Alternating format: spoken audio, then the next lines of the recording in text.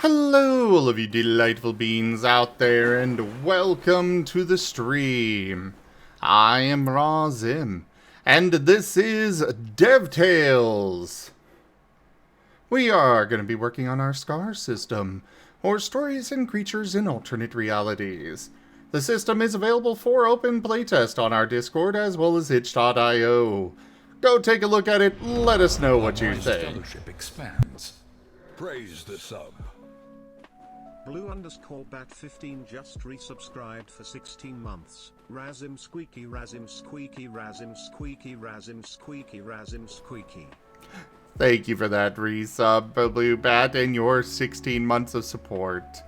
But yeah, check out the system, let us know what you think.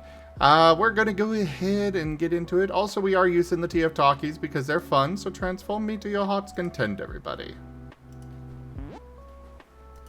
Let's see here. We've got a absolutely enormous list. Yep, which means we're not going to be doing suggestions.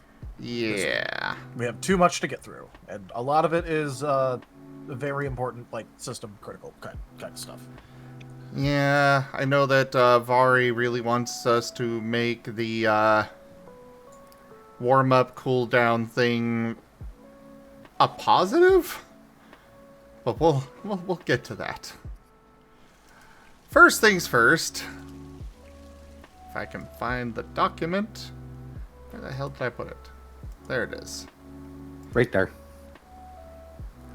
Okay, so yeah, we should probably go ahead and start off with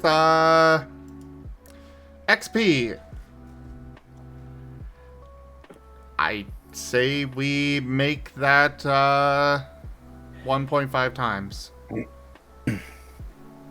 We were talking about it earlier in the week. You guys still good with that? Yeah, well, to be clear, it being effectively rolling in the 25 per attribute that we were expecting people to get in discounts as a part of the expected now instead of relying on the discounts. And then, in addition, giving them an extra 25. Yeah. So, TLDR, the discussion we had for those out there in the audience, we were discussing what the issue was, and we were I guess Tal more so than me and Tal, Tal and Zim realized that we had calculated the experience with the idea that STs and GMs are giving out a certain amount of discounts. So we're changing the verbiage in the document, and we're upping that amount to reflect the amount of expected experience, including discounts we're expecting a person to have per dot. And then tossed in the 25 because we realized that each module that you add on, we were recommended 25 additional experience. We never did that for moves. So. Yep. Well, that's character creation stuff too, but, you know. Yep. A lot of words to explain a bunch of stuff that we talked about off screen. Yep. Sorry. Yep, but a lot of it is basically just that, you know, we had factored in some stuff into our calculations. It wasn't being realized, so we just decided, hey, let's just make it a direct part instead of it being like a secondary thing. Less headache for everyone overall, and it'll get people more, because really the 100 was us getting to the baseline amount of EXP where like the character should have, but then, you know, we were also expecting people to get more discounts than they really have been getting.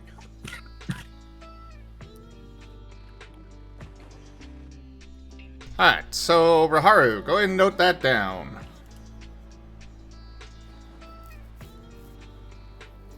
Alrighty. XP is going to be multiplied by 1.5 times for all the existing games and all of the recommended amounts to give out.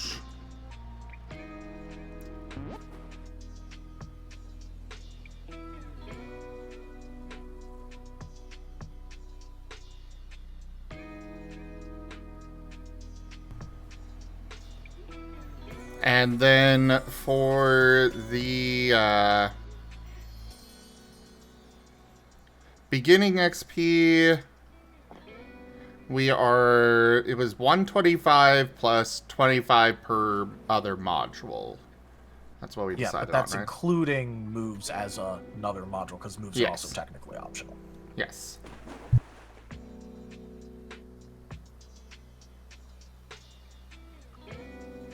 Was that last thing you also not something that you're noting? Say it again. Well, you're not on the document for some reason. Not? No. Ah, Are you on the other note document? yeah. One that we moment. I got think rid I'm. of? Yeah, I think I've been the other one. Okay. Where? Pat. Quick.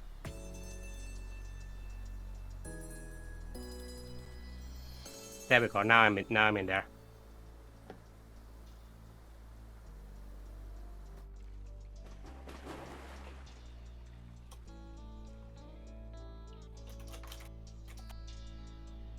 Alright, so the other thing to note down is that the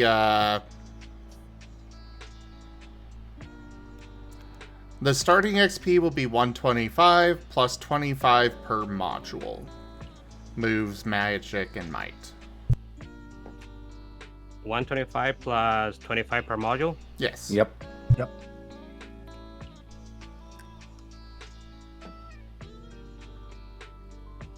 And moves is considered a module. Yeah, it Yes. always has been technically. It's just been the default module. It was the only one we had, so, you know, it was just Yeah. there, but... But it was written into it the entire time. It's just Mhm. basically been the default module. Not it. I gotta be at work at midnight, so I must be off. Get some sleep, night, yeah! Yeah. Good night, midnight. You need Good that night, beauty night. rest there. Yeah. Got him To be honest, I wouldn't have been able to fall asleep going to bed any earlier than 6 anyway, so I would just have to suffer a little bit. I'll be fine. Good night. Good Good night, night. Meryl. Right. Alright, so something else that I wanted to bring up. I think we should remove self-debuffs for physical and ethereal damage. Those seem to be the only two that I think we should do this to. Because there is way too much ambiguity on whether that would actually be harmful, and it's too easy to cheese. Like, you could absolutely get a ethereal move and be like, oh yeah, see, I've got an ethereal move, so that ethereal damage debuff is gonna hinder me. I'm not planning on ever using it, but yeah, it's totally gonna hinder me. So I think we should just remove that. Obviously, enemies can still debuff that, but you yourself cannot self-debuff. I think integrity is fine with the two split there because you don't have control over what you're getting hit with. And all the others are fine for debuffs, but that is the alternative I was thinking of, Lightpaw, is that if you do it as a self-debuff, you're hitting yourself with both of them at the same time. So yeah, we could do that instead. But that is something that I think we should consider. Thoughts? Maybe one thing to bring up, like just overall, is that we keep talking about adding in more like debuffs to use or like negatives to use with moves, and then we just haven't been. So it's also really that like they don't really have many options in the way of negatives to put on moves. I disagree. There's a whole You're right. list of conditions that they can that they can add as negatives for, you know, applying the condition to themselves. There's a whole slew. There's, you know, what, 8 other things that they can debuff themselves with. Be recommended. Alright. But We've got the warm-up cooldown negative. We've got cost HP, it costs HP, it costs exhaustion. I think it's okay to get rid of those two.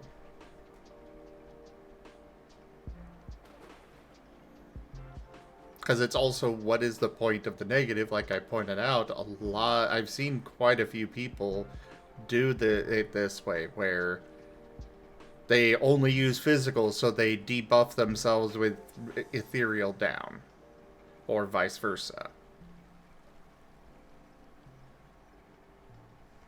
And the whole point of a negative is, well, it's supposed to be a negative.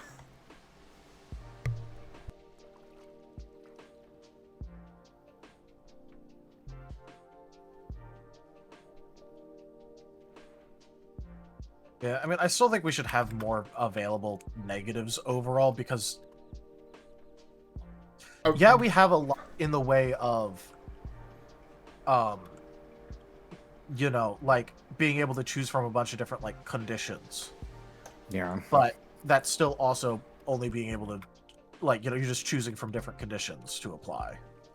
Like, I think we need to have more like flavor variety in negatives. But yeah. That is an entirely separate thing to what I'm bringing up right now. Well, yeah, because the thing that I'm bringing up is that the other part is that it'll be kind of weird if this in particular is like the only one that like changes how it's split or done or just doesn't exist for the negatives. I don't think so, because there's plenty of other examples of things like that being done in video games. It's like, yeah, a lot of this works this way, but these specific things don't work that way. And you see that in every other game, whether tabletop or video game or such.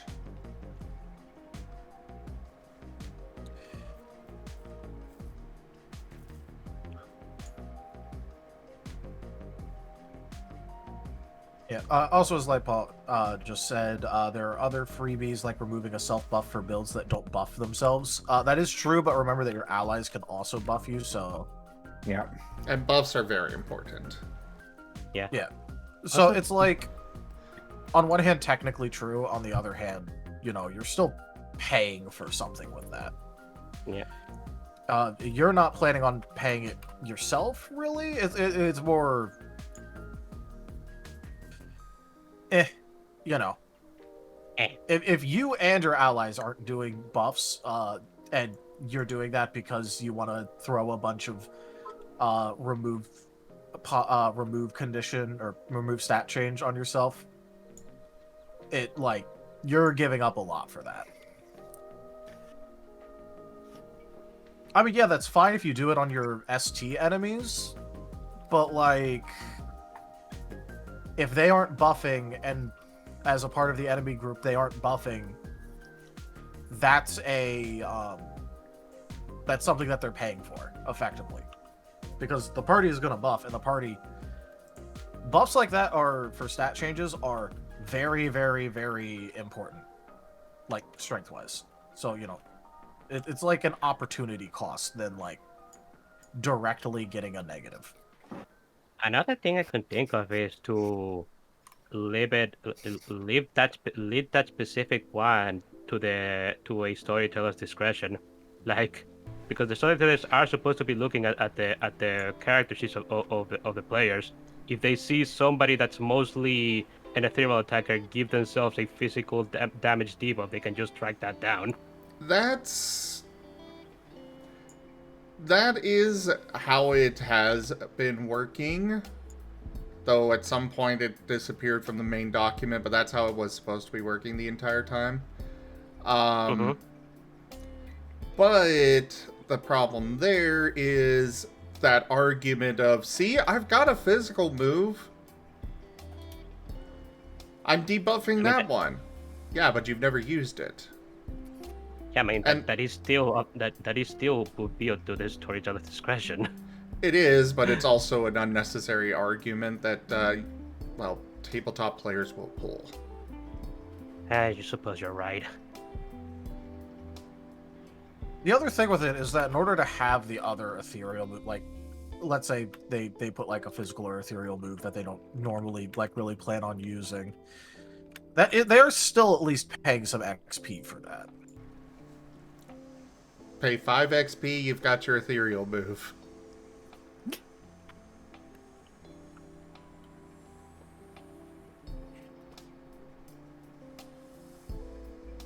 Hmm.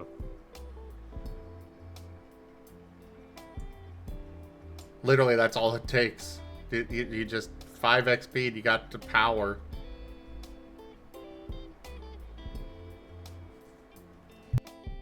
Yeah, I don't know. It just feels kind of bad to remove both, especially, or remove both of them because, like, you know, there are builds out there that do use it, like, as a legitimate negative. Then the other option is combining them into one.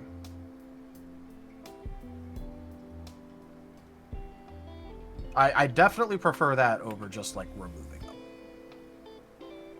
If you're combining it to one, would the negative cost increase? Yes. I was about to say, Okay. you'd kind of have to. Yeah. Because otherwise that would be bad. Especially it'd be punishing people that actually run both kinds of damage. Yeah, it'd probably be, like, something like a 24 XP one now or something or whatever. I think that could work. Yeah. It's unfortunate that it has to be this way, but I understand why. It is on the list of things that are more towards the abusable side. Yeah. And we need to start limiting some of those. Like, some of it I'm okay with. There are some abusable things that we can just leave go. But there's also a lot of it that we really should be getting a grip on. Yeah. Well, the thing about it is that none of it's like game breaking abusable. It's just more like I'm not quite sure how to put it, but you know what I mean. Yeah. Where it's not like game breaking or anything. Like there isn't a game that's going to be ruined by this being done. It's just like, you know, the balance wise, there are things that we probably shouldn't just allow.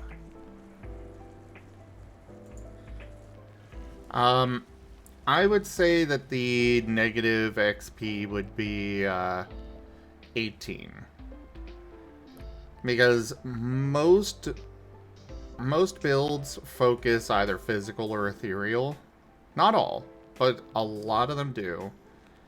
And so I feel that it should only, you know, be between the two.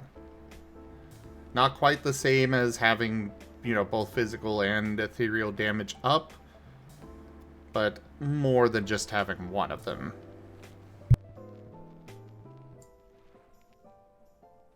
I think that makes sense.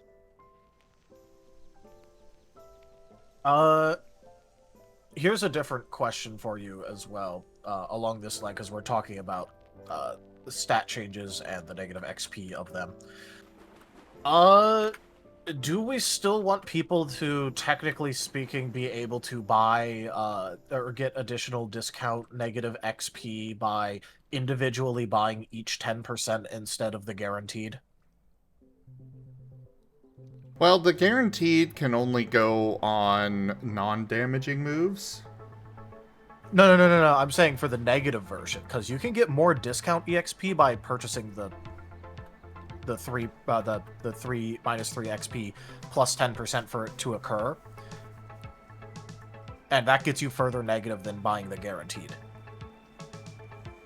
Because remember, the guaranteed is at a quote-unquote discount, so the negative version of it is. I thought that when you had a negative on a move, there wasn't a chance of getting it. You just got it. No, there's no application of it, but there is still a percent chance roll if, for instance, you have like a 40% chance for it to proc. Yeah. So technically speaking, what people are able to do is instead of buying the 10%, buying the guaranteed for 18 and then the negative stat change for 12 or whatever, let's say for like an integrity, what they could do is get the 18 and then get 27 more discount EXP by buying each of the remaining 90% one at a time, and it's still guaranteed 100%, but instead of it being 18 discount for it being 100% chance, instead now it's 27 discount XP.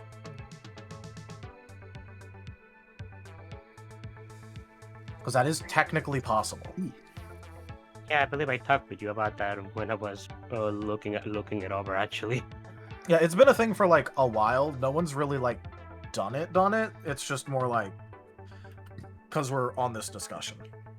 Yeah. I say that negatives can only go up to a 50% chance, and then they have to go with guaranteed.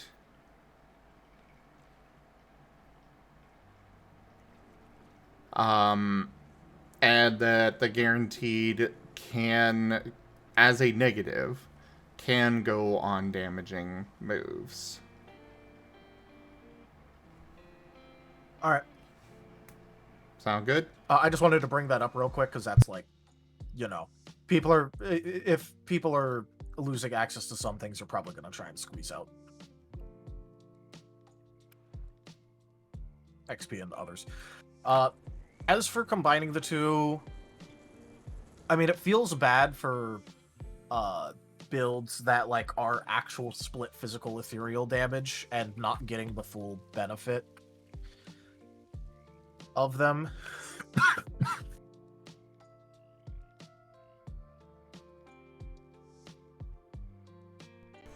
But not every build does that. a relatively small percentage of them do. Like, if it were even half of the people that go that route, I'd be more concerned, but people do far more often go one or the other.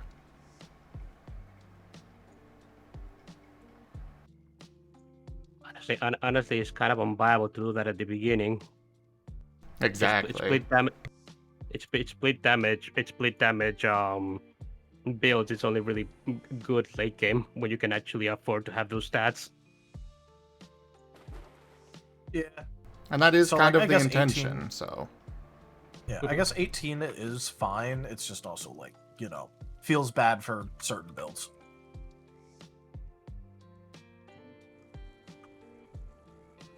It was And I'm bringing 15 that up before, because- wasn't it?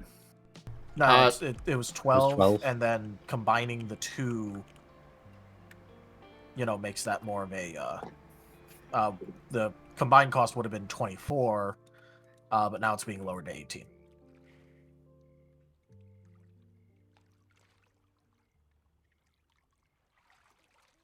But that is only for the debuff version.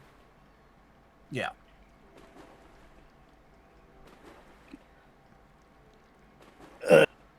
I guess What's up? I don't have good words for this. Sorry, I'm trying to think. I mean, if it's bad for some builds, we can always keep an eye on it. We It's can. more about Split builds are... I haven't seen a split build yet. Vane's a split build. Yeah. Somehow I'm not surprised. But... at that point, do you really want to be giving up damage, though? When you're a split build? No, which is why I'm bringing up that this is a much harsher negative to put on things like a split build in comparison to other builds, which is why I was bringing up them getting less discount XP from it.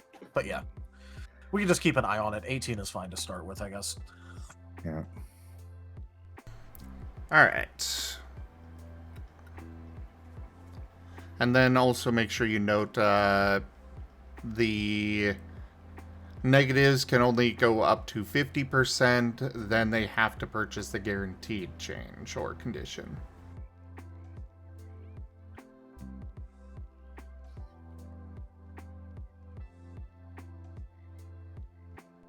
Lightpaw, we do not take monster, the monsters into account on this because storytellers can just do whatever they want.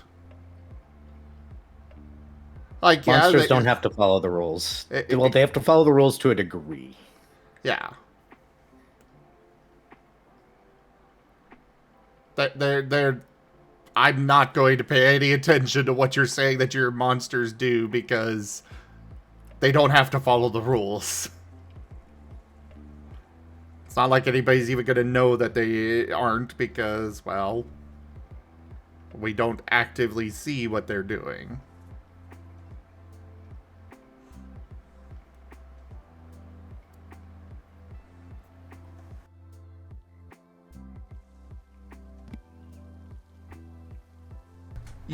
I understand that, but you're not a player. So your point is moot. Like the Furby organets are technically a split build. But I also am running them more with minion stats than I am with a full character sheet, so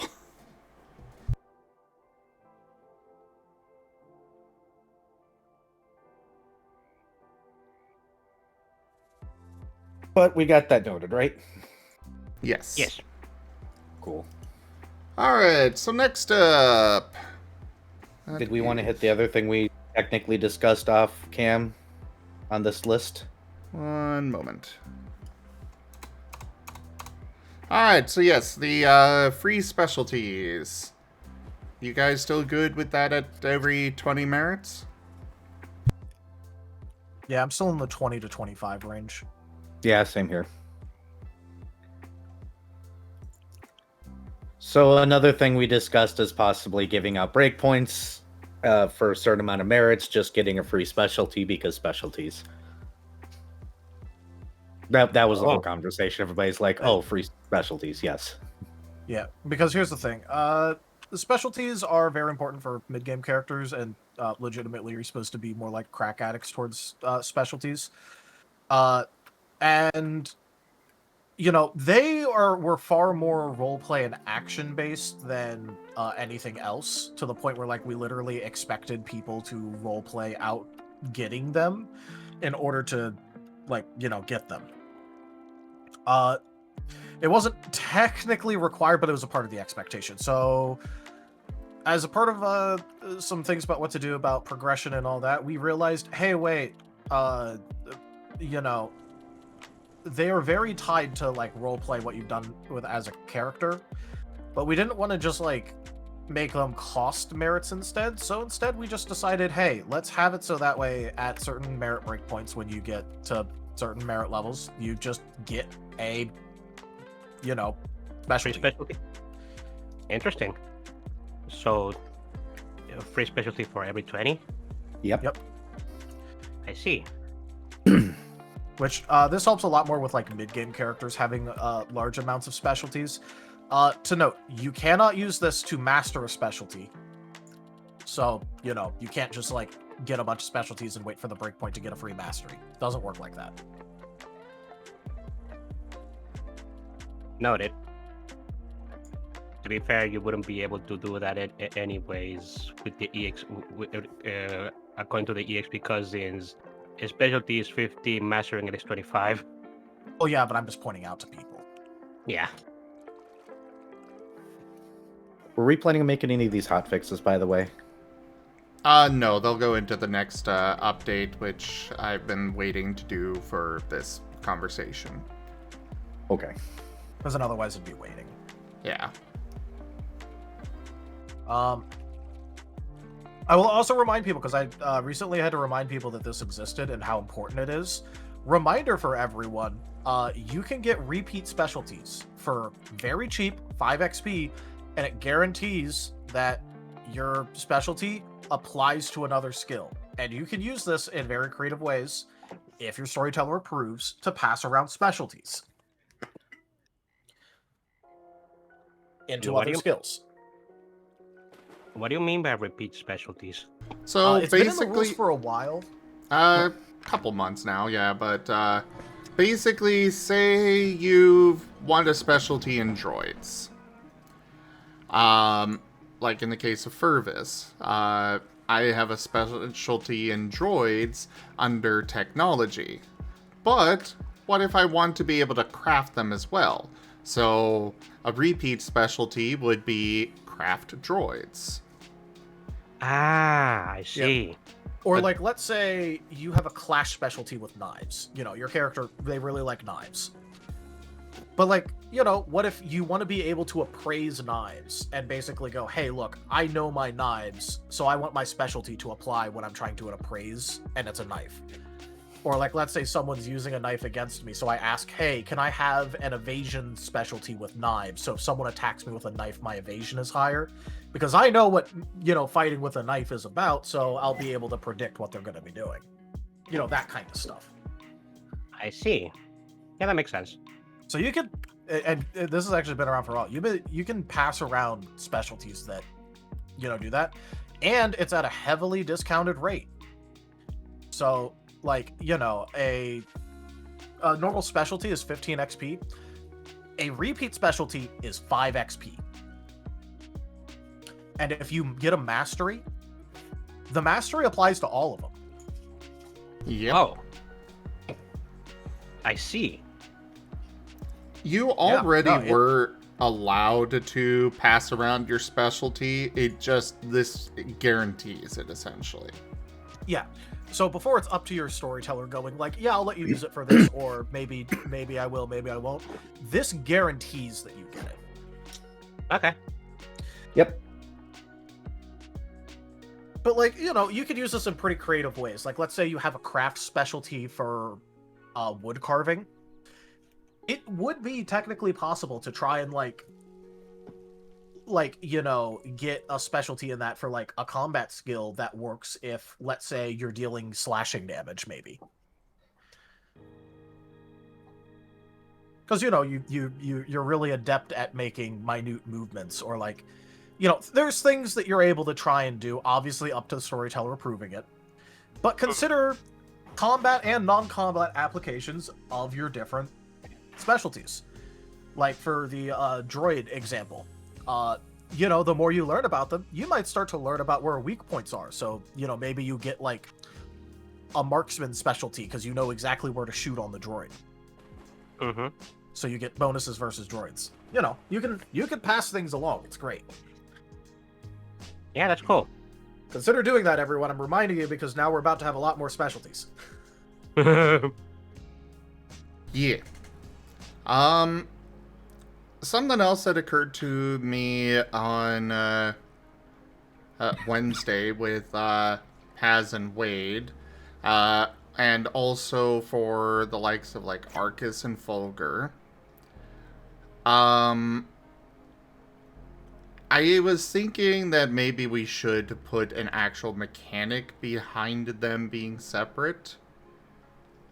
I was thinking a standard discount of 50% for primeval forms for the players who are essentially playing 2 characters in one body. And this is only if they've got, you know, they switch once a day kind of thing. Or like at set intervals. Yeah, at set intervals. They can't freely do it. It's just a... Yeah, this is... If you're going to be playing this, you kind of need to invest a little bit like the other players kind of have to for their special things.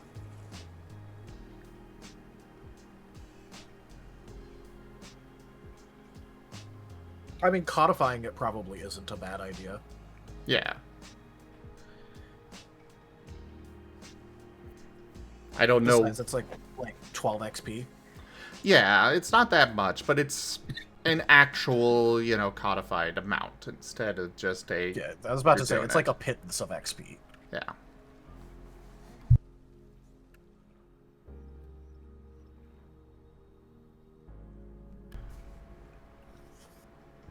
with SD approval. ... Well, yeah, SD approval, obviously, but, well, they've already been approving it. It's just putting something in there so it's like, yeah, you have a mechanical reason for this ability. Yeah, like, you did the thing. You spent the 12 XP. Congratulations. Congratulations, you won. I doubt anyone's going to be breaking down our doors over spending 12 XP. You'd be surprised. These are gamers we're talking about. True. Prepare for... You know what? Meta Sweats prepare. I know your build better than you do. Alright, so that idea is approved. Actually, maybe instead of making it primeval forms, we make it a feat, and I'd say make it 15 XP. One of the special feats that are just, you know, cheaper. Sure. That way, Yeah, I mean... that way they can still pick up primeval forms if they want. At the regular stuff, you know. Yep. I see what you mean. Yeah.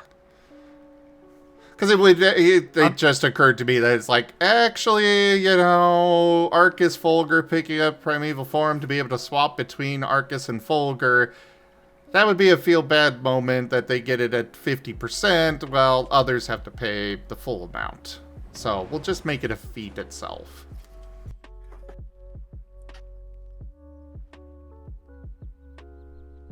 So, yeah, go ahead and add that in.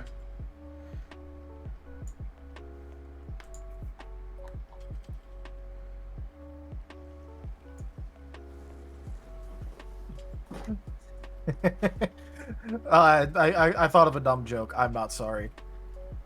Make it require 2 soul because you need at least 2 souls to make it work.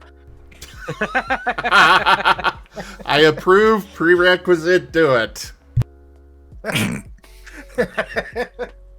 I don't feel bad about it at all. I'm just like... You shouldn't. That one's just...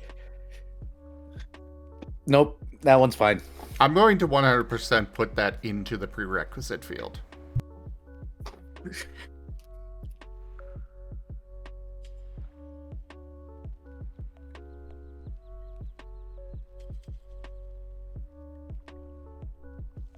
Should we, everyone? Should we call the feat 2 souls? I mean, we could, or like twin soul or something. I don't know. Doesn't really actually require that it's twins, so like maybe not. But you know, we totally could. 2 souls sounds about right. All right.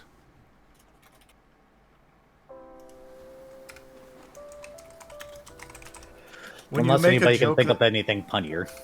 Yeah. I was about to say, when you make a joke good enough that people wouldn't even use punishment on you for it.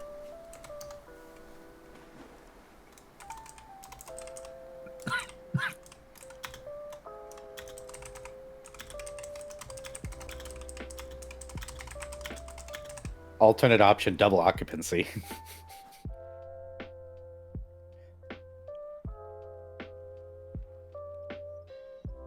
Alright. So there's that dealt with. Speaking of primeval forms, do we want to put in, like... I think we should put in a note that this is intended for alternate combat roles, not for a combat and non-combat form.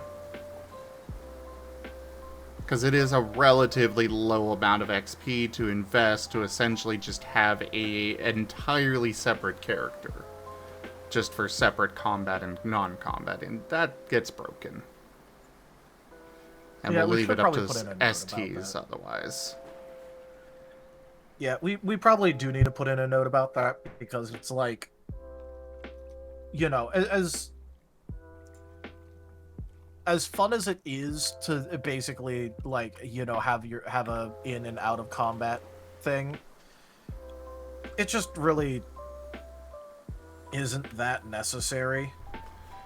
It kind of defeats the purpose of the game. It Yeah. makes it where if one person does it, everybody has to do it in the game, and if Uh-huh. one person isn't doing it, they're at a disadvantage now because they don't have 2 character sheets. Yeah.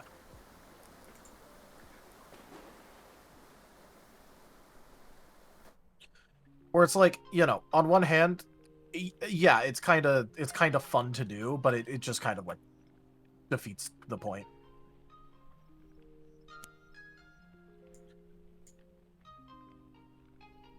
Alright, so go ahead and put that in the notes there, Raharu.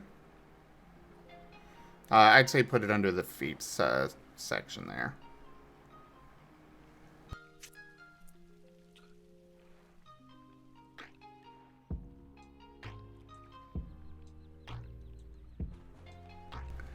And while you're writing that, well, another feat thing that I kind of came up with, stab and blast style. Tal brought up that you may be planning to put this into Might era, but basically my idea was a feat that allows you to use they both have to be quick action, but a melee and a ranged ability without provoking AOO. You know, your typical sword and pistol kind of thing. Just expanded. That was one on my idea list. Yes. Yeah, which is why I brought that up. I did have, I think in that original document too, I had something like that with I know I have Florence written out. I don't know if I have, let me look.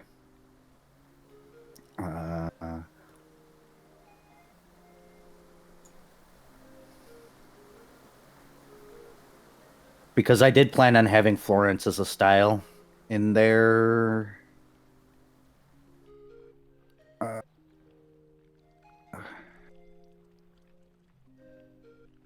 forgot to name some of these weird things. Yeah.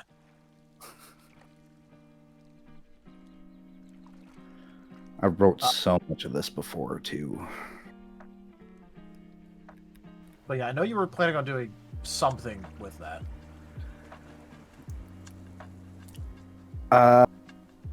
Let's see here.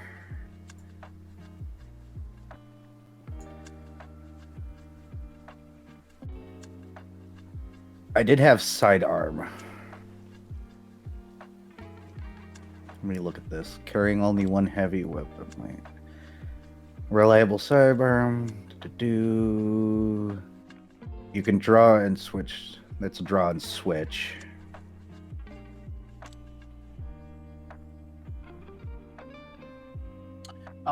Here it is. Gunfu. Yep. Yeah.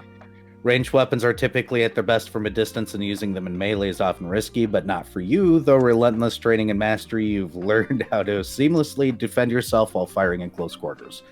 So yeah, Gung Fu was on my list. I like Kung Fu. Yeah, which I did put notes in about how, like, opportunity, cost, yada yada, all this, all that. But, that's why I was thinking about it going, like, I think Era was planning for something like this. Well, that is... So the question is, do we want this to be related to Might, or do we want to put something like this in general system? I was thinking general on that. Because this is, like... For one, it's not a terrible thing if we have something that functions similar in different places.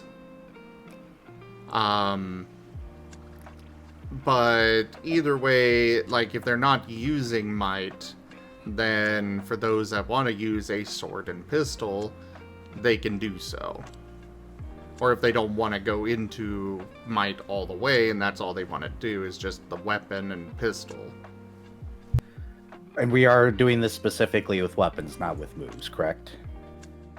I was thinking it would be expanded to any ability.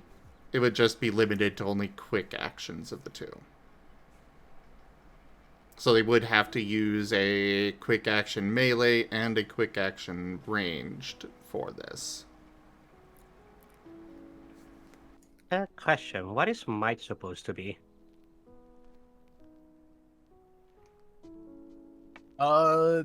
imagine things like martial arts, expanded weapon things, stances, styles, things like that. Blade play.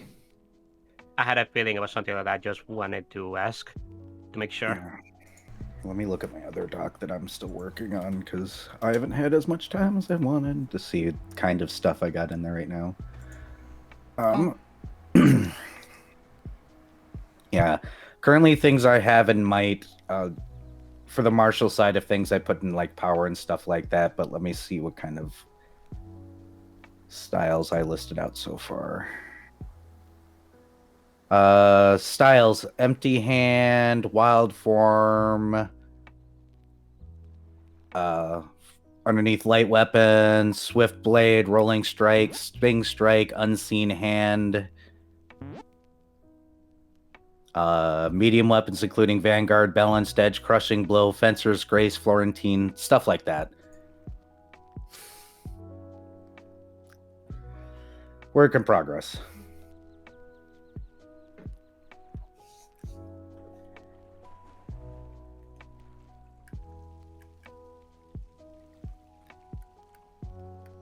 Well, yay or nay on this feat then. If it's going to work for more than just weapons, I'm fine with it. But go ahead, Tal. Yeah. Sorry. Yeah, I was about to just say, like, you know, if we're wanting to expand it out to general things, I'm fine with it. I just wanted to make sure that, like, you know, we checked with Era first, because I know that he was planning similar things. I mean, I could still make that in as a style and add additional things that it can do specifically. Yeah. So that's fine with me. It was just more about talking with you about it. Nope, understandable. But if you name it Gun Fu, I'm gonna have to name Gun Fu something else. No, I'm planning on calling it Stab and Blast style. Okay. I did have an idea for another, like, instead of both of them needing to be quick actions, the melee could be a standard instead. But if that's all right, you know, have a medium weapon and then just quick action offhand. That's fine. So long as it would still work with light weapons, is because either way you're gonna have to spend a standard action on it. Yeah. But if someone wants to be fucking running around with the classic pistol knife combo, they could still use the feat.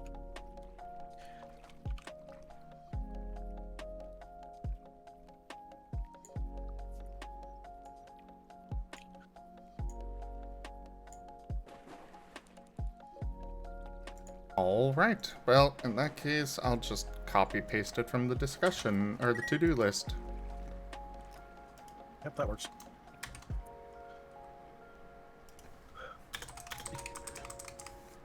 There. All right, so that is good.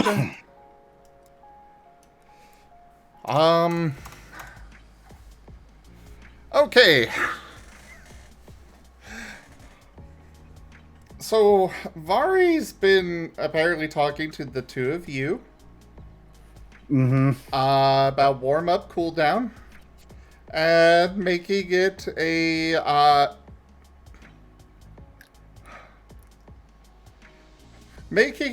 part of the build. Yep. Which... Go ahead. I was gonna say, which, like, is possible, because, like, you know, you could slap a bunch of it onto a, like, full action moves and stuff, and it's pretty good. His inventiveness is amazing. It is. But, yeah. However... And, like, you know, I knew that you could do that, because I tested to see when we put in the trait, like, okay, what happens if you, like, just fucking invest in this? So, you know, you can definitely do it. It's just also, like, you know, you also have to be ready to eat the cost, because it is still a negative. He did bring up a couple of edge cases to consider that we definitely should, though. Like, for instance, if, let's say I have two different moves that have warm-up on them, and I take a warm-up action, is that on a specific warm-up move, or can I have that go towards any warm-up move?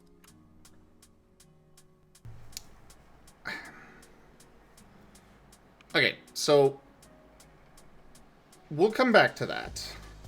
All right. First off, I am vehemently against the idea of them being Fury or multi-attack allowed. I am okay only with it being the first one in the case of warm-up or the last one in the case of cooldown. But otherwise,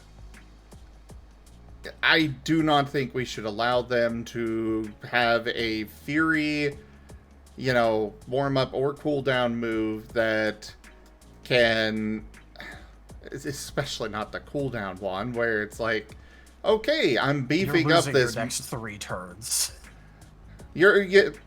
That's a feels bad moment, but also if they do manage to pull it off, there is always that potential that they could nuke a boss first turn. Well, and then the cooldown wouldn't matter.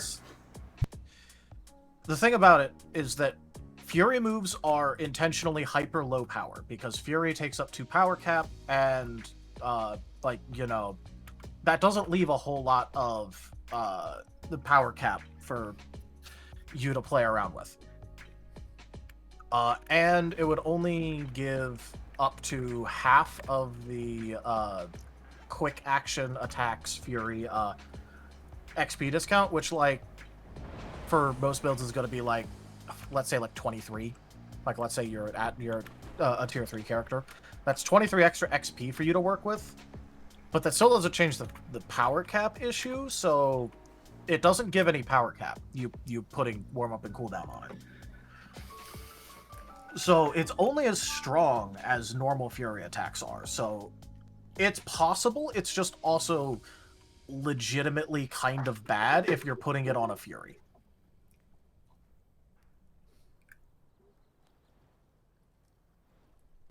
It is, but it still allows the potential of something incredibly broken.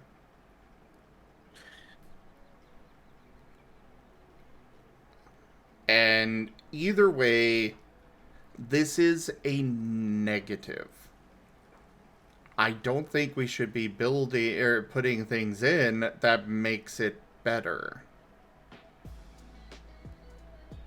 Because the whole point of it existing is to be a detractor, so that way you can more easily afford what you want on your moves. And letting it be more of a positive is...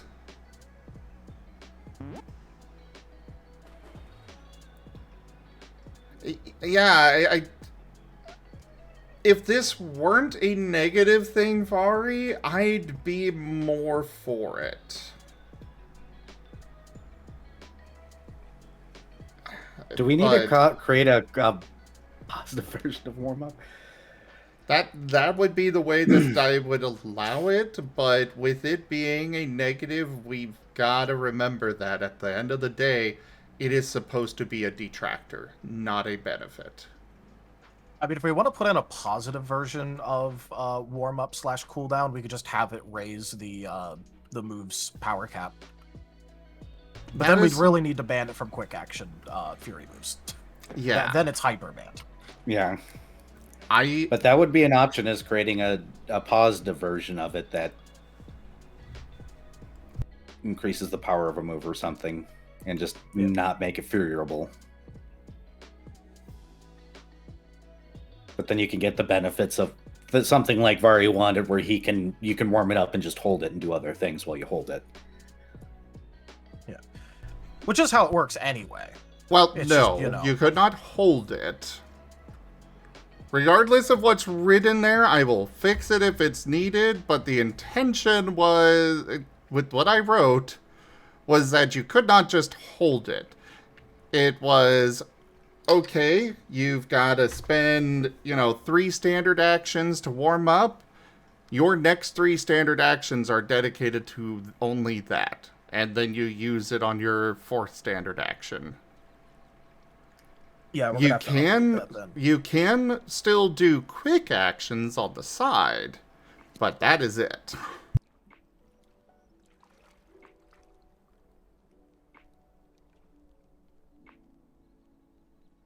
I am aware that I do not always think of all of the edge cases when writing these things and interpretation and such. So, just believe me when I say what my intention was behind writing something. Yeah. I mean, when I originally proposed it, that was like being able to like turn over turn, like slowly build it up was a part of what I intended for it, but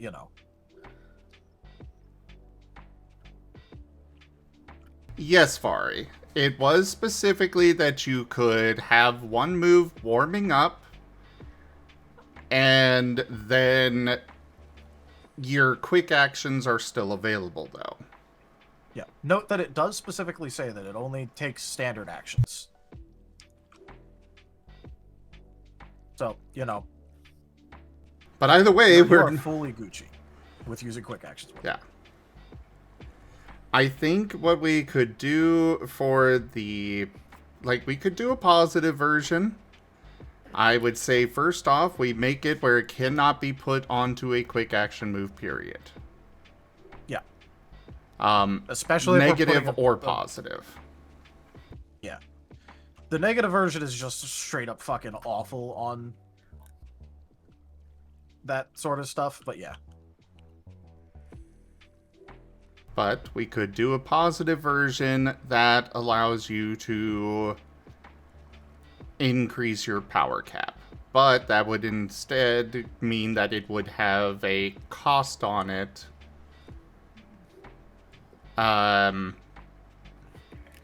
It would probably be 15 XP to put it on. And it has the warm up or cooldown, but it in turn increases power cap. Yeah. I was thinking for that maybe like by 2. I'd be good with that. Your thoughts, Eric? We can try that out. We can try that for now and see where it goes. Yeah, because the thing about it being 2, 2 is easy. 2 is easy, but also that is how much per attribute scale you gain on a standard action move. So putting, a bit of warm up basically means that it attacks like a move 1 tier higher than you are. And I think the big benefit of it is if you spend for the positive, that makes it viable for something that you can hold, right? It would still function the same as the negative version. Okay, but open up possible feats. Yes. So we'll leave it like that for now. Yeah. We could it would be open to feat support for it.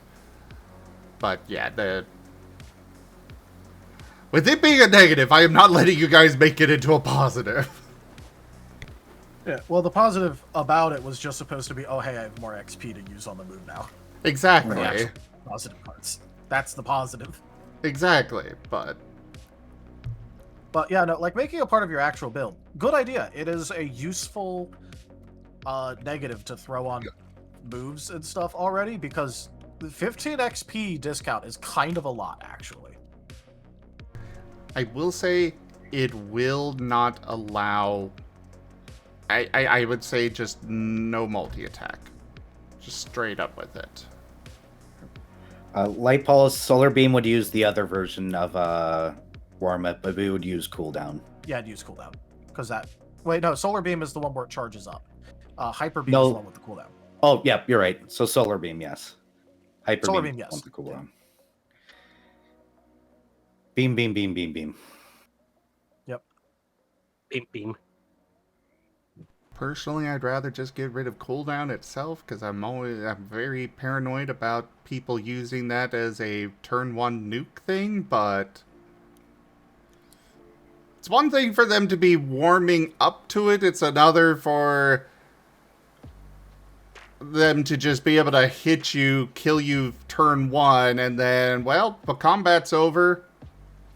If you're that worried about it, just split up the traits and have cooldown be worse than warm-up. Where the heck is cooldown? It's the same thing. Yeah, warm up / cooldown. It's only 15 experience, right? Yeah. Yeah, that's not going to cause somebody an insta kill situation in most situations. Unless somebody's really turbo isn't. stacking it, and at that point the ST should be watching that and being like, "What the heck, dude? We can, You got a full round with how many of these cooldowns? No." But that's why I was saying, if we're that worried about it, let's just make it so that way warm up is 15 and cooldown is 10.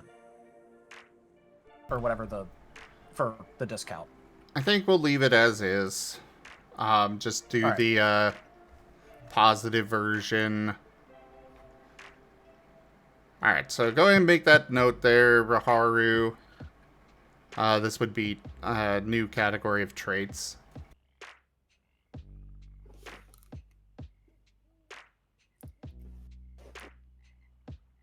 Please repeat. I was a bit lost in this one. No worries. Warm-up cooldown will have a positive version that still costs 15 XP, but will increase the power cap of the move by 2. Hello, Being Zero. Hello.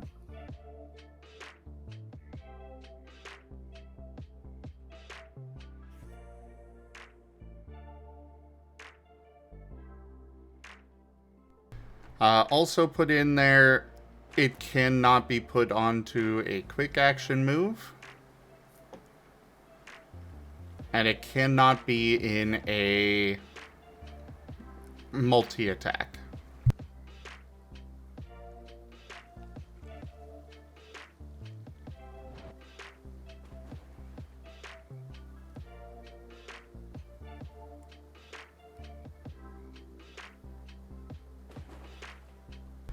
Alright, so there's that dealt with. Vari, we'll get to those suggestions that you put into the Discord. Do remember with those, by the way, or we'll get to it another time. Please adjust them accordingly. Do remember that we want them on separate messages, though. Please fix that and make it individual messages. If you're still there, It makes Vari. it easier to respond to and keep track of things. Yep. And delete and such if we just run out of time and can't get through the whole message. Which is why I said keep track of.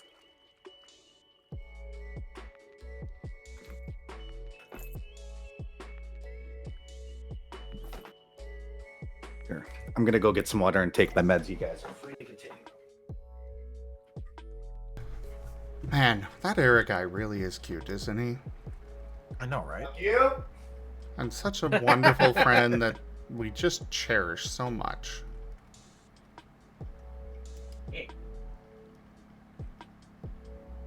I bet, he's a model member of the community. Stays sober,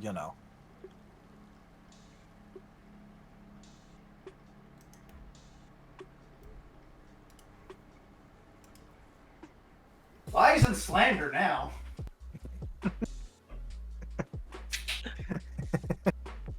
Let me take my meds. I was just about to ask where is Mala when you need him when they're praising his master. There he is.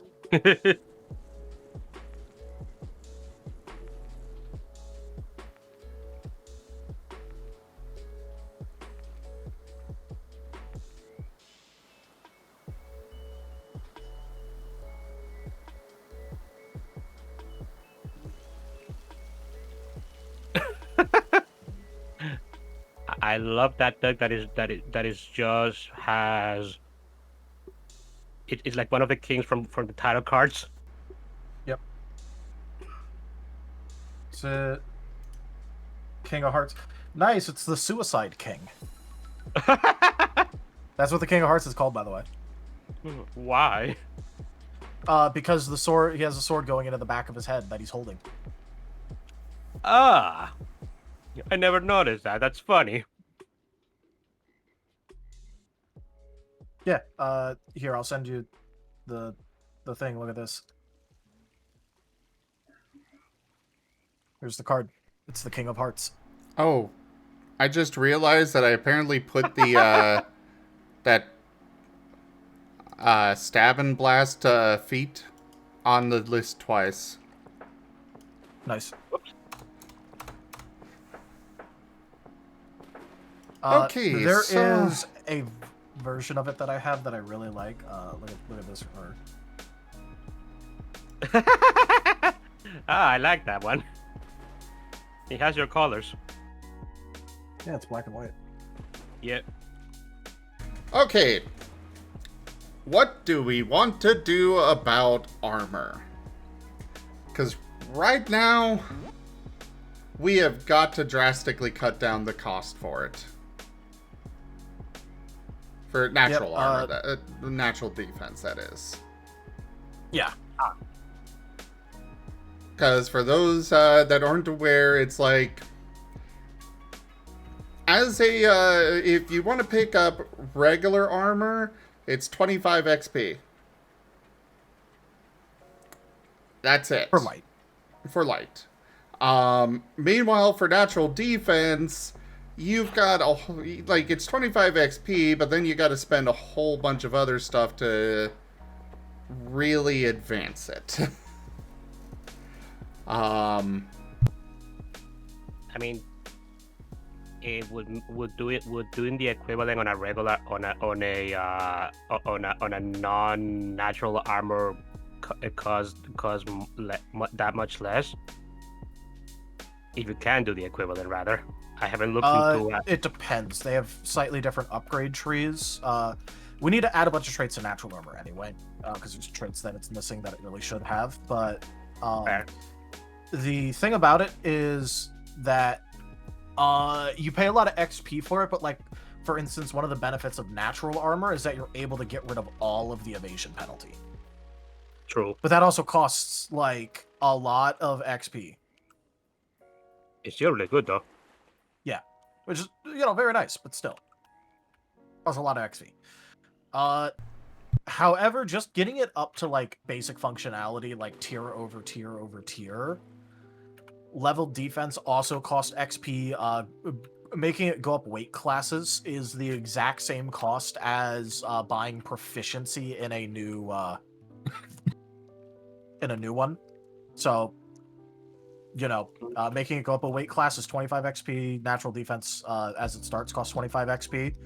So in order to have tier 1 heavy armor, that's 75 XP in natural defense. And Granted. With regular armor, it would just be that 25? No, it'd also be 75. Oh, okay. But then that's all you'd ever have to pay for the artificial. That only gets you tier 1 heavy armor in for natural and artificial. But for the artificial armor, you can just go and get better armor. Yeah. The only real downside with artificial armor specifically is the fact that once it breaks, you need to basically fix it while natural armor heals. Yeah, but that's one of those that there's advantages and disadvantages on both sides, because artificial armor, you could just repair it.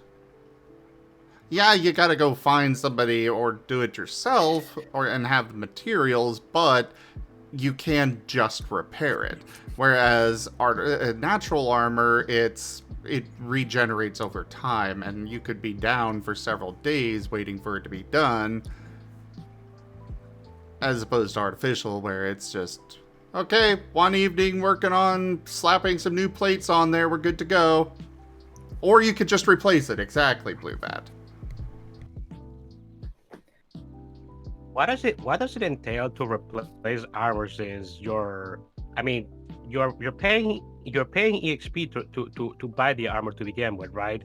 No. What does it entail to gold. replace it? It's gold. Huh? It's gold. Yeah, you pay Proficiency experience to costs be able to XP. use it. Yeah. Yeah, you pay experience to be able to use it. Everything else is just gold. And we declared a long time ago, very, very specifically, we are not allowing people to subsidize or replace experience costs with gold. Noted. Okay, Here fair is one thought. Does the natural defenses, does it shift up tier basically based off of your dots already? I haven't used it yet, so I'm not No. 100% familiar. It does No, not automatically go up tiers, no. Which I think that's Yeah, one And of it the also first doesn't scale off stops. of any skills. Yeah, Yeah, I was about you to have- say that should be stop number 1. Yeah, you have to buy the tier up, and you can only do it once every 5 dots. I would just make it go up automatically. That's what I'm That would help. thinking. Make it automatically go up. Make it where by default it has -1 evasion penalty from artificial or armor. But we'll still keep the option for you to buy it to upgrade that or change that. Do you still get skill penalty with? Do we want to change it so that way? How much skill penalty do we want for natural armor, or a way to decrease that? I say -1 from the artificial version as well. All right, that means that the only one that would have it would be heavy. You could go up to medium without experiencing any skill penalty. Oh, that's a fair another point. way that we could go is we could emphasize the we should emphasize the ability for natural armor to heal, and maybe just roll in the fast regrowth as being a part of the base kit instead. I'm okay with that. That That way we're works. emphasizing its ability to heal. And changing fast regrowth to being slightly better. Or just snap it away and just make that. Or just roll it into the Yeah. base. Okay, that's perfectly fine. Which we were actually considering that on the table anyway. We were just more keeping it separate as like an upgrade path, because we're like, oh hey, this is a good upgrade. But yeah, if we're wanting to accentuate the differences and remove costs, that should be one of our first stops. So make it automatically scaling and making it so that way it heals, or the fast regrowth happens automatically. Yep. Those two things should put it way up there. Okay, so Yeah. for the notes, because we're throwing a lot out here, let's slow down a little bit. Let's put it under here, under the feet up here, Riharu. Okay.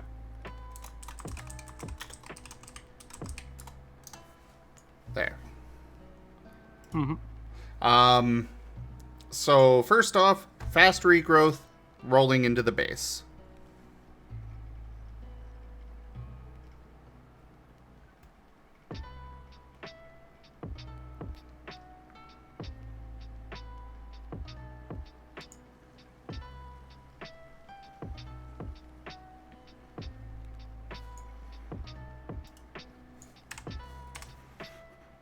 Sorry, just in case I Yeah.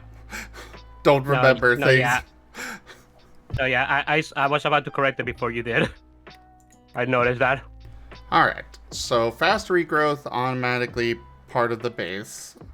Level defense going away, also part of the base, just automatically happens.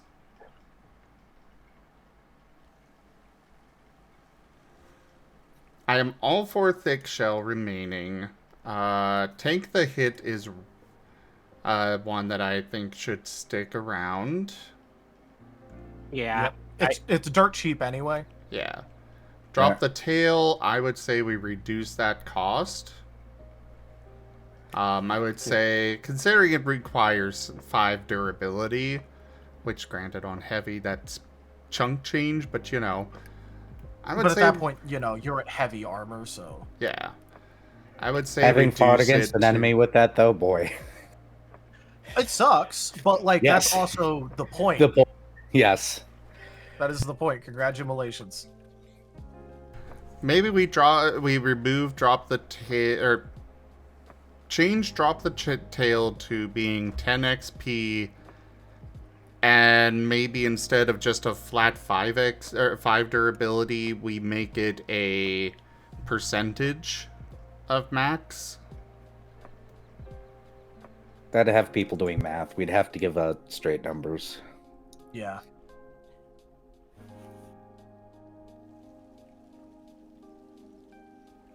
The math dragon's trying to keep from people having to do math.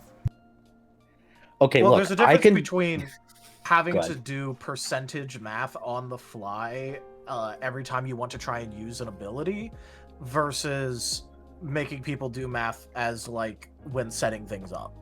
Yeah, I can do percentage math very quickly in my head without an issue, but I watch people looks at Zim, crosses arms. Math in public, man. I've seen a lot of people struggle with math in public. Like, yeah, I can in my head really quickly do it, but people struggle sometimes with basic addition. Yeah. Which isn't a fault. It happens to a lot of people, but it's just kind of funny. I will also point out, though, that we already have people doing percentage math with the HP. Yeah, but I automated all that pretty much. Wait, what percentage match were we doing with the HP? Oh, like injuries and shit. Yeah. Oh, okay. Yeah. Fair.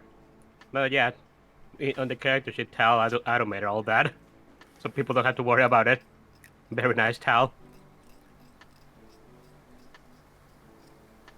But I was thinking rather simple stuff like 25% or maybe 10%, somewhere around there.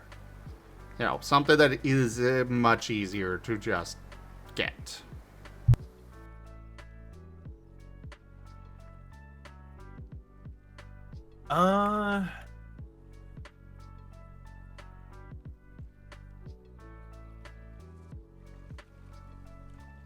Alternatively, like 25% is pretty easy to get. yeah, And that's just Like- dividing by 4. it'll cost more for somebody wearing heavy armor with that, but on the flip side, it makes it more dynamic and more accessible to those with light. We can keep it where it's at. I'm just putting this out there. Yeah, I'm not too worried about where Drop the Tail is at in terms of durability cost.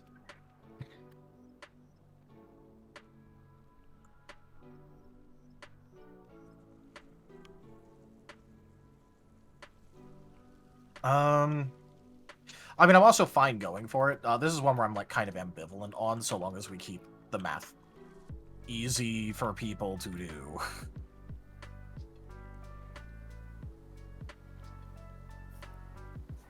Ah, I see it now. Ah.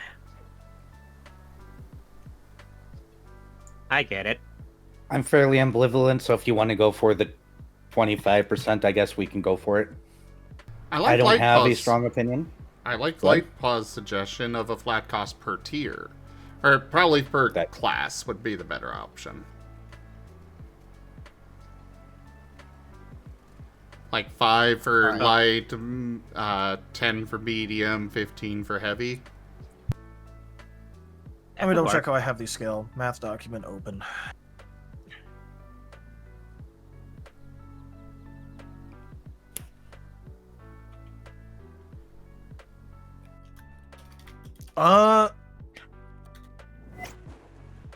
Yeah, I mean, because those numbers, 5, 10, and 20, are like, are the amount for tier 1 for light, heavy, and medium, or not light, medium, heavy.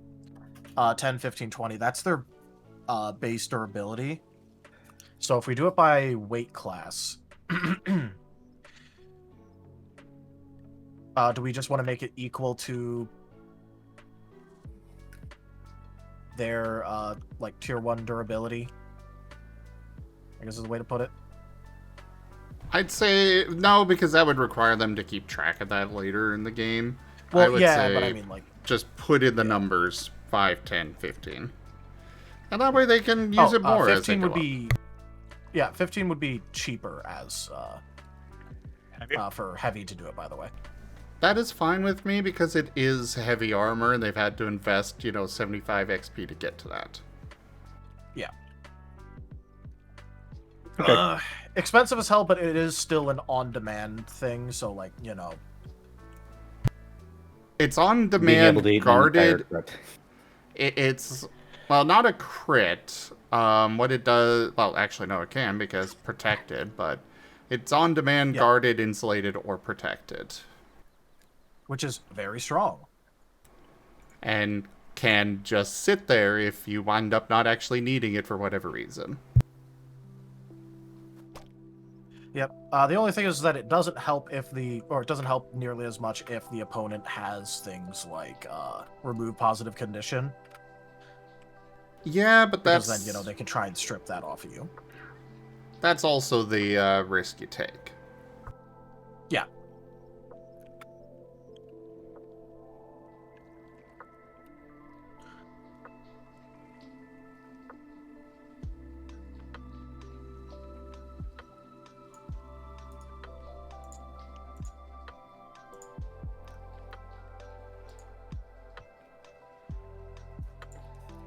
So yeah, I'm fine with that.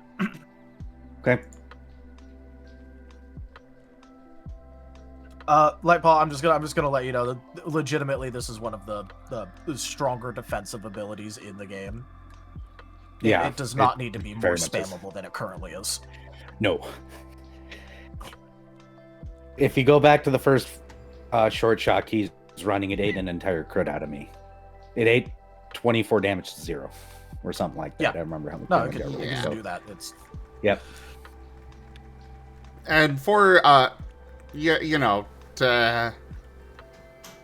put this in another perspective, this costs you 10 XP to get the ability to use this, and guarded on self is 20 XP on a move. Insulated is 30 XP, and protected is 30 XP. Yeah, also it's an got additional the... 30 on top of each of those for the guaranteed. Yeah, that. So, 60, 60, and 50. So, yeah, it's going On to be... something you get at 35 XP total, because you also have to have armor, so... Yeah. So, yeah, we're not concerned about making it spammable at all. We do not want it to be usable a lot. Maybe once per battle. It's going to have a cost. All right. Yeah, well, yeah. Adaptive reflexes, I like that as is. I think the XP cost is fine as is. That's the one that lets you change what specialization you have for during a short rest. Oh, yeah, that one. That's a good one. So then, faster than fast pause, I would say we still keep that as is, but by default, the penalty to evasion will be 1 less anyways. So, light won't have an evasion penalty at beginning, medium will have 2, and heavy will have 4? Yes. And then we still have the option for faster than fast pause for them to purchase and remove that further. Alright, do we want... Because, artificial armor does not have this option at all. Do we want to put in an upgrade for natural defenses to allow them to buy off the skill penalty? Skill penalty, Because I know we were talking about it. Well, first off, Raharu, make sure you note that evasion penalty is reduced by 1 for all classes of armor.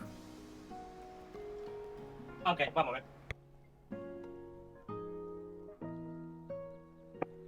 The skill penalty increases difficulty, right? Yes. And it's It is only... difficulty increase. Yep.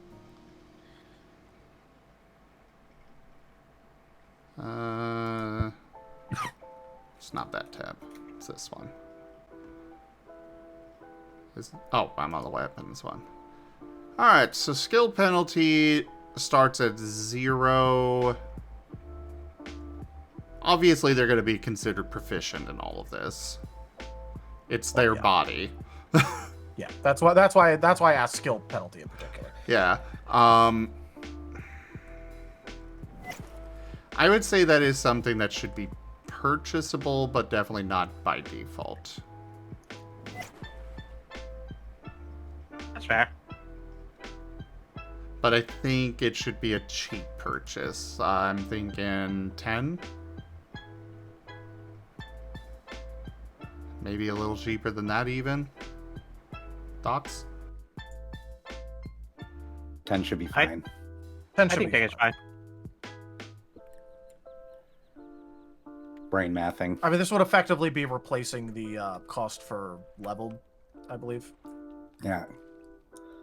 Yeah, but it's something that you don't feel like you have to get. And either way, I mean, at most you buy it twice. Yeah. Granted, Whereas- this does mean that, like, if people want to invest the XP, they can just, like, go pimp walking around with permanent, like, heavy armor. I do want that mentioned. Are you saying we shouldn't put this in? I'm confused. You brought it up. Yeah, no, but I just want... This is one of the things where I'm like, hey, so we're doing this, I just want people to be made aware that we're doing this. Okay, and It what has is your potential opinion consequences. on if we should or not? It might be something that we want to limit to one purchase of. For X amount of dots or something like that. No, I could see, like, heavy armor. Yeah, I can see that, actually. Even heavy natural armor should probably retain one. So, yeah. I'm good with that. Yeah, it was just more of a, like, an awareness thing than anything else. So yeah, put in a new trait where they can 10 XP. They may purchase it once. It reduces the skill penalty by 1.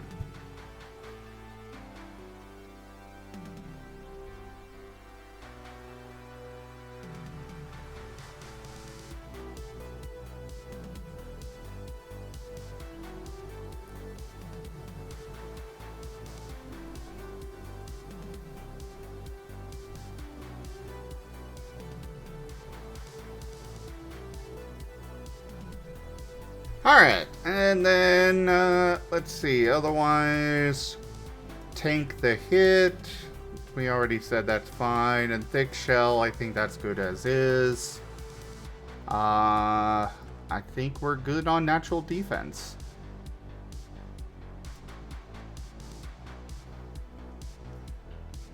Anything else to bring up on this?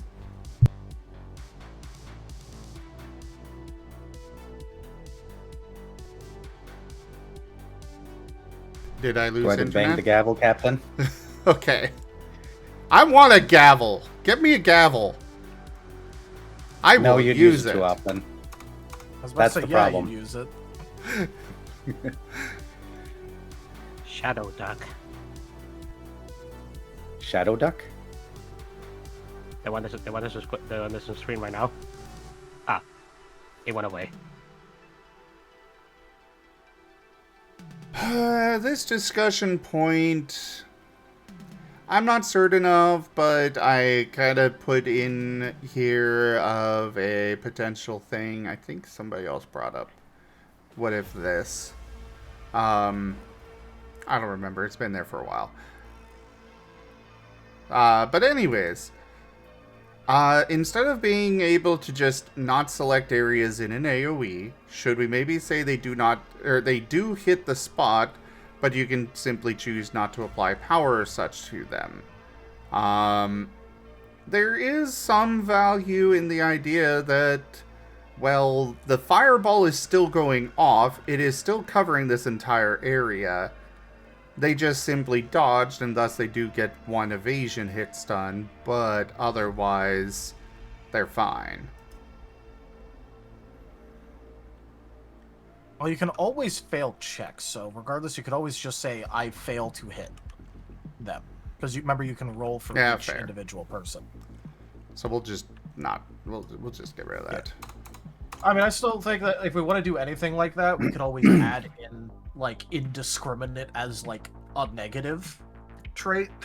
Ooh, I like that. Say, Well, that's what you said the last time I said it, and it's been sitting on the to-do list. Oh yeah, it's right Oh. there. Negative traits such as... I just want to remind you, that has been sitting there for a few, like... it has been sitting there for a while. I didn't. I was For a few avoiding sessions. bringing it up because I didn't remember what the hell it was talking about. This is why I want more details on these, because I need more to jog my That's memory. why I said negative traits such as indiscriminate. Okay, so yeah, let's discuss that. You want more negatives? Here we go. For AoEs, how much discount do we want to give where they just cannot choose not to target a spot? I think that this would only involve a hit stun or an evasion hit stun on the allies. Because they can't, we're not going to take away their ability to just say they don't do damage to them. I don't want to take that away. But hit stun can be pretty devastating. But I'm thinking maybe a 10 XP discount? Yeah, but also, what if we let them buy it twice, and if they buy it twice, they can no longer... Like, the first level removes your ability to discriminate with accuracy, and then the second one removes your ability to discriminate with power. I was just about to say something similar. I'd be fine with that. That would be kind of funny. Yeah. give First the- of all, it'd be give- kind of funny. Second of all, people are going to buy this, and they're going to make an AoE build, and then it's Fireball. suddenly going to come up with, sorry guys, I have indiscriminate 2 on this, Fireball?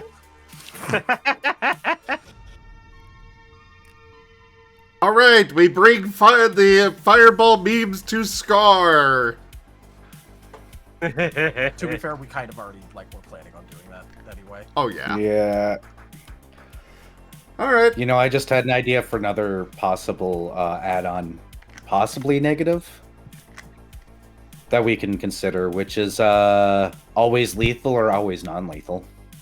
Yep, like how it works on weapons. It wouldn't be much, but Yeah, for that I would say 5 XP tops. Because that is one of those, throwaway kind of things, but I'm okay with Throw away, that. but it occasionally matters. Yeah, exactly. I swear it matters more in the Star Wars campaign than any others, and that's the only one where we've been seeing it happen, but... To be fair, that's also the only one that has such an extensive amount of weapons. Yeah. now I'm just thinking about it in a sacrificial dagger that has non-lethal only on it, and they don't know. Why won't That is this such kill you? It's It's such a funny option. It just begins clinking off their bodies like that one time Aku tried to stab Jack with his own sword. No. What it does is it just, at the last moment as you're swinging it down over their heart, it just goes whoop off to the side. It just stabs into their flesh only.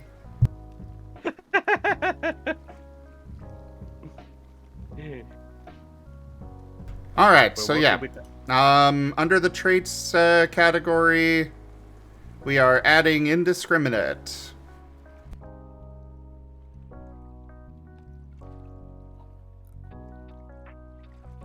Traits category. That's natural defense.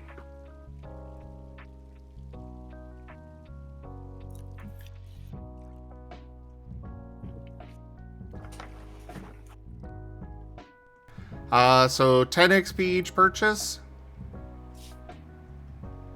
Yes? No? Yeah. Yep. Alright. Can be purchased twice.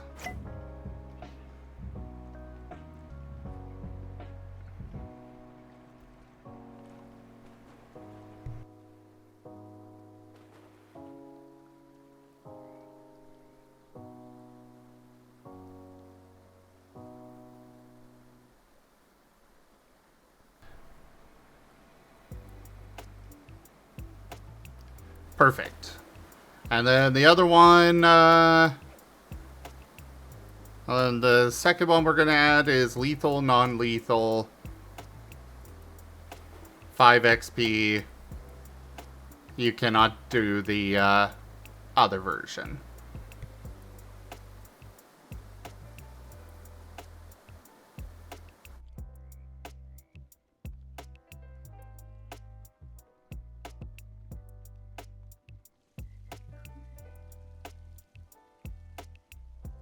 Okay, so that has been added.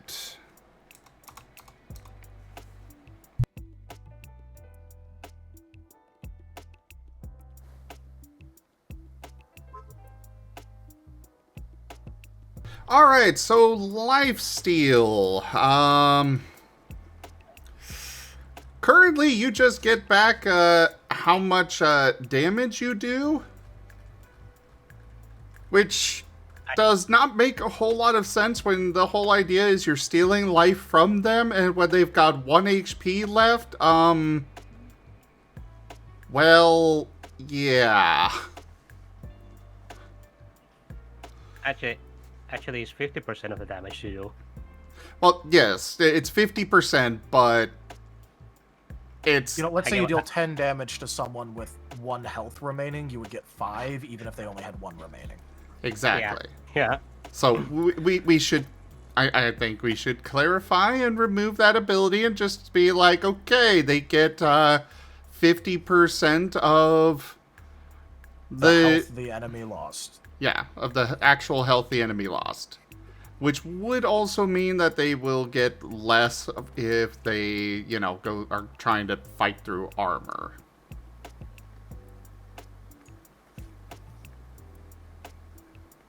Funny thing is, I'm pretty sure that's how people have been running it.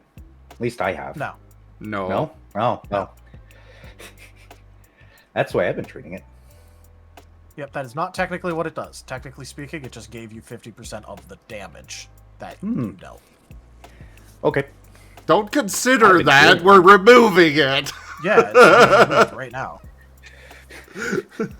Yeah, I know. It's just like, I'm sitting here going, wow, I've been using it wrong this entire time because I always just assumed. Well, you've been using it the way we intended, the way we planned for it to work and intended it to work, but worded it poorly. What do you mean by MTG's lifelink, Frost? I don't know magic. So. Lifelink ignores how much damage you're dealing total. Like, let's say you have something that has 100 power, and so you deal 100 damage to the opponent, and the opponent has 1 toughness, so it has 1 life. You would get the 100 anyway. Which is technically how ours works right now. Yeah. The idea is to not do that. Yeah. We're doing the opposite of that. Alright, so yeah, that will go under traits as well. Ah, yes, there you go. Perfect. Alright, so there is that taken care of. We have just over an hour left, and we've gotten through maybe half of what we had. To be fair, we started with the heavier stuff. True. Well, technically, we started with the easy stuff that we already had discussed and wanted to make sure we was on. But anyways, something a little bit more fun that I was thinking of, kind of based off of how Tal's running the Star Wars game, is should we have lethality classes? Different classes of enemies or entities, which could be, you know, ships, vehicles, you know, normal infantry, etc., that simply operate differently from others, like a ship versus infantry. A ship does a set multiplied damage to infantry and takes less damage from infantry in turn. I would say on this one almost immediately we should save that for a module, because that is going to be a fairly large undertaking and only fits certain settings. Well, I was kind of figuring we keep it relatively simple and just do it as a... this would be something that we'd put into the storyteller's manuscript, which we do kind of need to flesh that out a bit more anyways. But we'd handle those instances that can very quickly become important.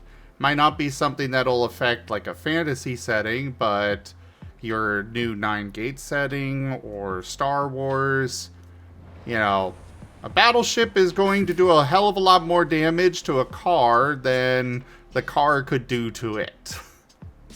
I don't plan on throwing a tank at your little itty bitty little RV there for a little bit, buddy.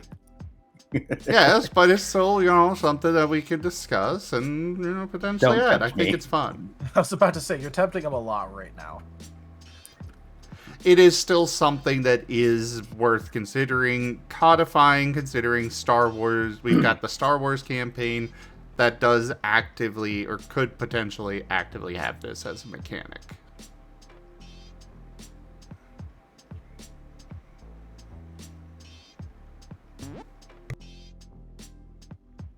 The way that I was running it, by the way, was, just as an example, was 5 times.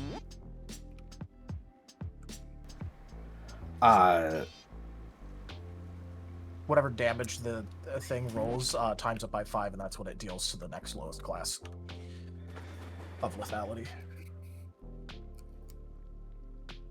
It's not a system I have the bandwidth to work on right now. It's not necessarily a system that I think we need to put that much thought into. I don't know what you mean by bandwidth to work on. Wouldn't you need to, like, tier it out? Well, yeah, but it's I'm thinking a simple matter of, okay, is this lethality class 1? Well, here it is. Is it a lethality class 2? Well, it does times 2 damage to 1 and takes half the damage. And then it would kind of function like the... My thoughts is it functions the same as the size categories. Just, you got 2 lethality class 3s against each other. They don't have any advantage or disadvantage against each other.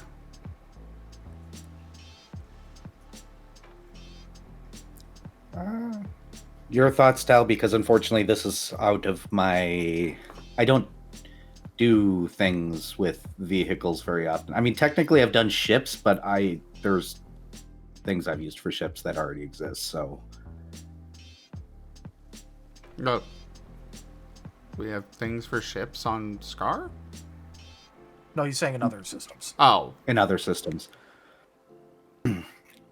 He's saying he's never really been one to, design those things. Yeah. So, yeah, this is probably one of the better ways to do it. Either that or, like, a flat damage modifier, but then that gets very wonky when you start going with different scales. So, yeah, doing, like, a ×2 or 1/2 will still lead to some funky things happening. Well, but it honestly should be fine. Yeah. It's one of those edge cases that I think should be codified just in case, but...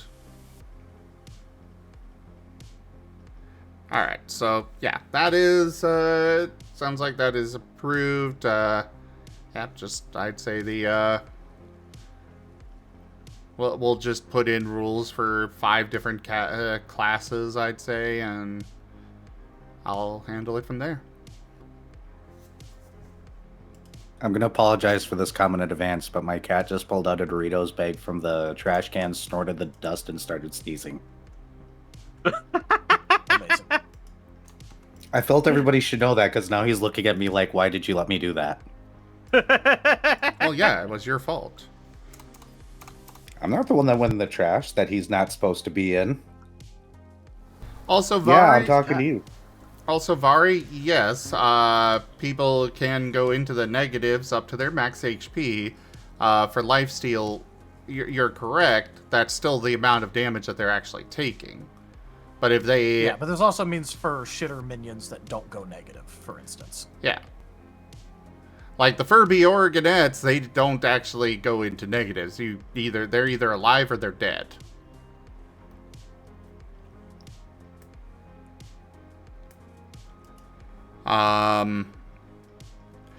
We've got a thing here, double check character creation rules for discount wording and clarification? Yeah, because remember people were having issues with understanding what the rules were for character creation and are constantly messing up how many skill dots they have, and if the 20 XP starter move is a discount versus a actual if it works like how negatives work, or if it works how just getting Discounts free work. XP works.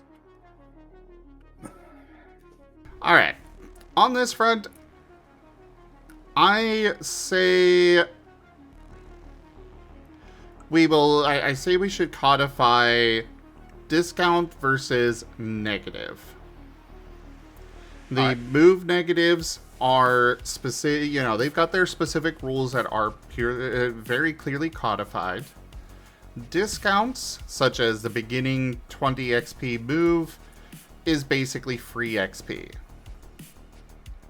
And that is what storytellers give out as well, is the discount where it still counts as XP spent, but it is just free XP. Yay, nay? Yeah. So long as we codify it. Yep. Because Alright. people constantly messing up on the starter EXP or the signature ability XP rules is getting really fucking annoying, actually.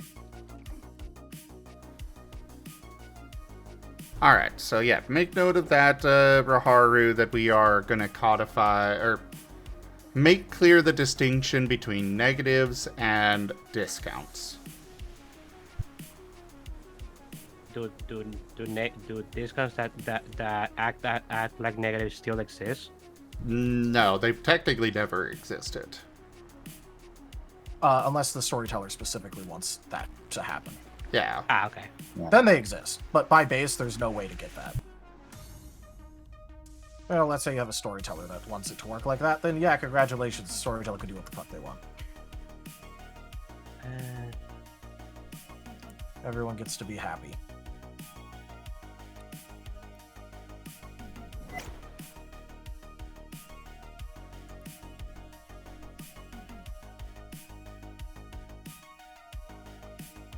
Can I just put down codified negatives and discounts? Anything else that we need to put there?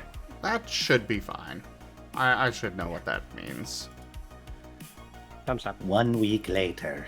1 week later. What the hell did that mean? Okay, fine. I'll put in more. Look, all I'm gonna say, it's happened multiple times tonight.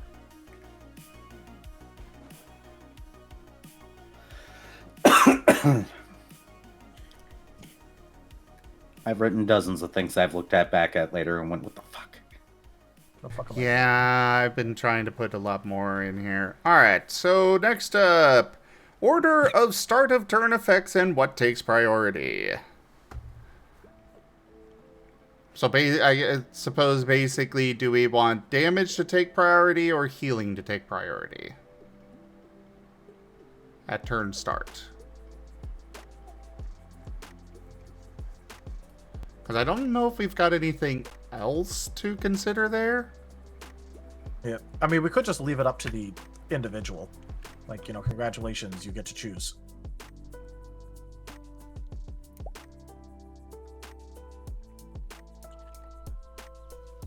Because I don't know how we're feeling about,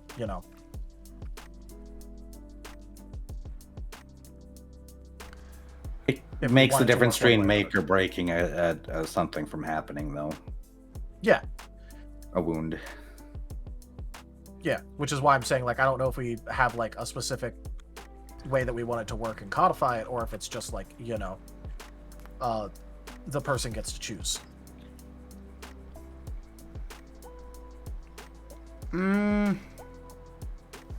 So the one that's suffering or benefiting from Yeah. it? At the start of Yeah. their turn, if they get to choose. I mean, that is the simple way to do it. Yeah. Obviously, they're going Oh. to choose the most beneficial way for it to work on them, but I kind of like Lightpaw's suggestion where it goes by initiative order. Okay. Well, no, that can But get really complicated. Like, if you've got multiple different people that have applied different effects, and yeah, I was about to say, like, if It's you have, like- like, multiple bots on you. yeah. Also, that means we'd have to be a lot stricter about initiative order shenanigans stuff happening at the end of the round and not doing it immediately. Yeah. I think What if you what if you make it so once whichever starts the initiative order, that's how the rest are ordered. Like if the initiative order starts with the negative, then all the rest of the negatives go, and then the positives go, or vice versa. I think we should codify this so there is a standard and it's not, so open to the gaming the Interpretation. system kind of thing.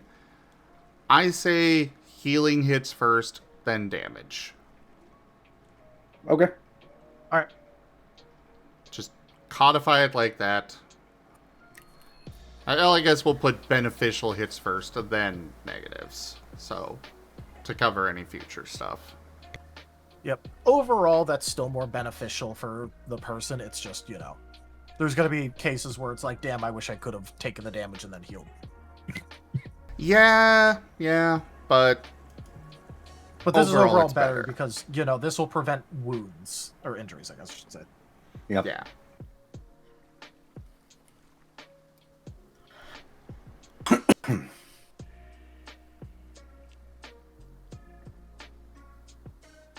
Alright, so while you're making those notes, we've got Clarify Mind Boost. What do you mean with that?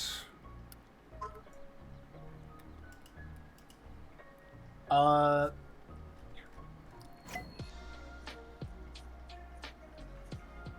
should we come back That's to been there it? for fucking forever. Yeah. I think this might have been like one of the leftover discussion things from when like I was constantly going, hey, it should only undo a single 10, not the entire chain. But I'm gonna quickly read through Mind Boost just to see if there's any. The Mind Boost is a more defensive option that allows you to force your storyteller or other opponent to re-roll an exploding die, doing away with that explosion. By default, this would be a result of a 10 on the die. I still strongly believe that it should affect the entire chain, because if that 10 no longer exists, then the subsequent 10 or such would no longer exist. Which could bite you in the ass if, the 10 was followed by a 1. Yep. Actually, I think I've realized where the ambiguity was that this discussion point was about. It doesn't say the first dice, it just says an exploding die, which means you could technically pick and choose. I would say we go with a randomly selected one. Just because while, we've got the advantage of Fantasy Grounds showing what came first, other things like Tabletop Sim, we have no idea which one came first. So we could just have it be a randomly selected one, can do a die roll for it, and that is the one that gets negated. Alright. Alright. We could also do things like, oh hey, there's 3 explosions, pick a number 1 through 3. Yeah. Just shit like that. We can do that. But that's still technically random. Because they've got no idea what they're picking, so... Uno, dos, tres.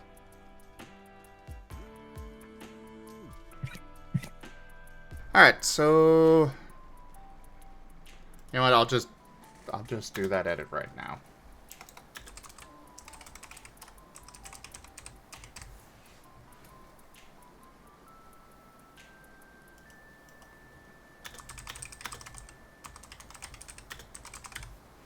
There.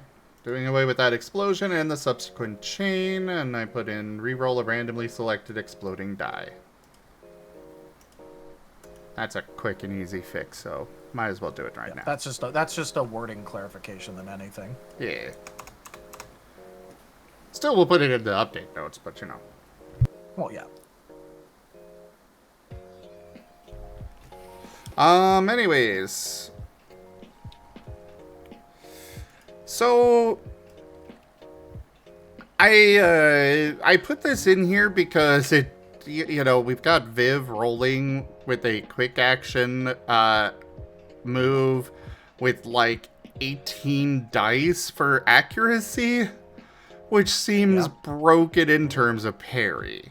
I understand now that there was buffing going on, but should we Narashi consider has accuracy buffs? Yeah. Outside of buffs, obviously, should we have a cap on accuracy?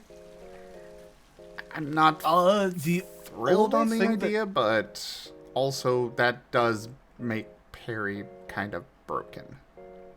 Yeah, okay. So here's the thing. First of all, parry is really wonky because it's either really good or it's fucking useless. Because first of all, you can't parry conditions, which I still think you should be able to do, by the way.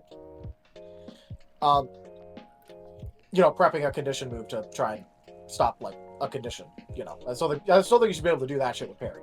Regardless of that, parry builds are all built around accuracy usually. There are some powered parry builds you're able to do where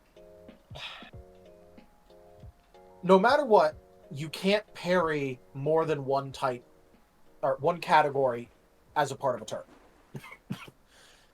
You cannot, for instance, prep both a physical and an ethereal at the same time. Which means, first of all, it only works on half of the category of damage that the opponent has available. Provided that opponents do have more than one. And they have to declare ahead of time which one they're doing.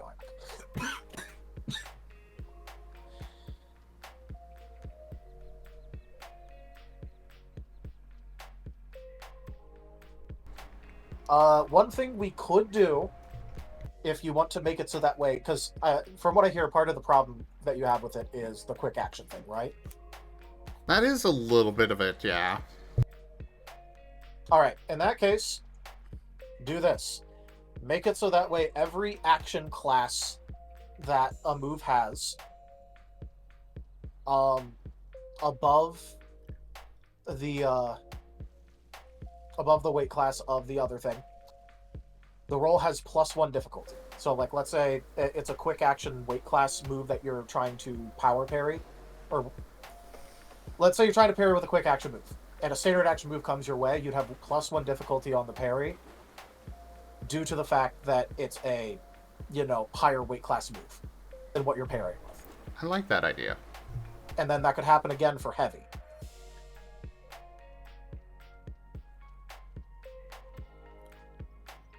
I like that idea. What do you think, Era? And this also means that, like, if you are doing a standard action parry and a quick action move comes in, you would have the quick action move would have +1 difficulty trying to overcome your parry. Actually, with that, it should probably just all be on the parry side. So the parry would have -1 difficulty or something. Yeah, that's what I was thinking. This would apply the opposite direction though as well, correct? Yeah, that's what we just said. Yeah. Okay. Sorry, I wasn't clear on that point. If it goes both ways, it's fine. This does allow somebody to drop or sit there and be I am literally here to parry your nonsense full action move person. That's fine. Somebody wants to waste their turn to make sure somebody doesn't hit, I can respect that. Yeah, if you want to sit there and anti the opponent's joke the entire time.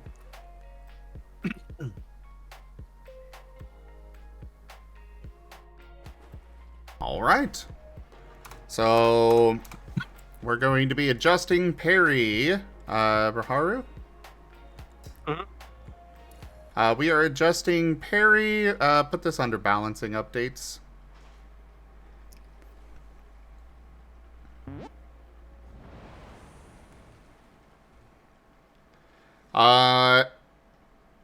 You will have +1 difficulty if you are parrying with a quick action against a standard action, and vice versa, and that should be good for what I need. Add on the caveat that Tal has to explain this to Viv. To be fair, I already told Viv that this might be what we do.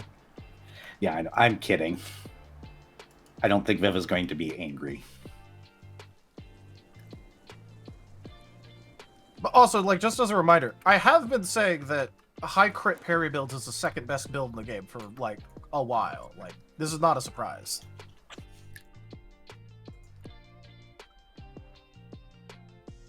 I've been saying that a lot, because I just want people to be aware, hey, it's a good build. You can just be like Fiora from League of Legends, where she can just parry everything. She can parry concepts. I can parry time! Sure she can. Because she could use parry on zillion bullshit. So literally, yeah, she can parry chronomancy and concepts of time. She can parry drowsiness.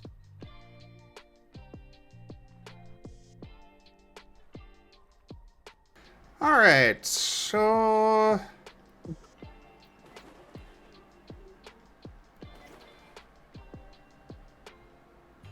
Next up, AoE combo rules. I still believe that it should go by the smallest combined AoE. I'm okay with that. We can do that. It does mean that if your combo, you know, if they don't have an AoE, I would say that they don't, you know, you don't get an AoE on it. Well, yeah, no, that's what I'm saying. Like, Yeah. It goes by the smallest combined. Like, you know. So if someone has a 10-foot sphere and someone has a 5-foot sphere, it only goes by the smallest. Alright. That makes sense.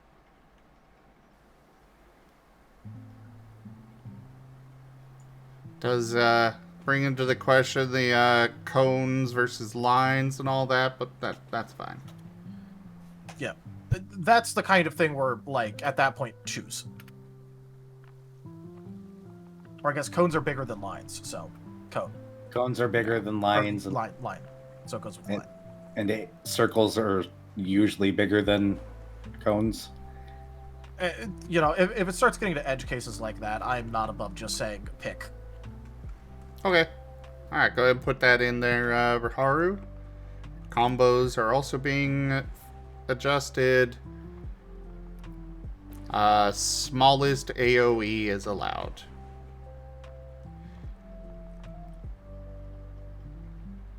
I will say, I still say that we should just not allow additional target with them. Well, additional target counts as an AoE. Well, we can allow additional target if both moves have the additional target. If they don't, then it wouldn't work because it's the smallest AoE. Yeah, that's what I'm... Yeah. If you're sure. Well, look, if two people are comboing with, you know, additional target moves, and they're both specifically doing that, you know... Yeah, it would be the smallest amount of targets, technically.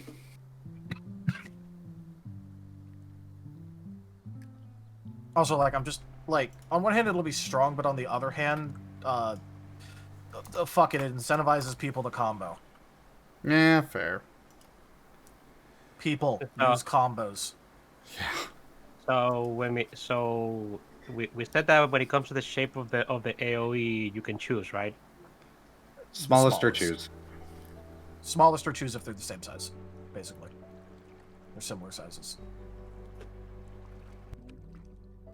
I think I'll put in specifics of, you know, Which takes precedence. yeah.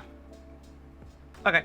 Additional target comes first, then line, then cone, then sphere.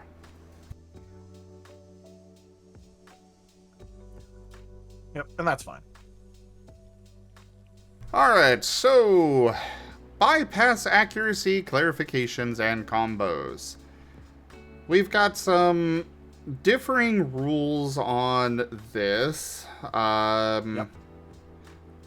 Kind of spread out throughout this system, which I've tried to avoid, but we've apparently managed to do that. I think bypass accuracy simply counts as 0 accuracy when used as part of a multi-attack or combo or anything like that. It is not going to be equal to, it is not going to be, you know, any... It's a bonus of 0, so you can still roll your natural dice. But it's still 0.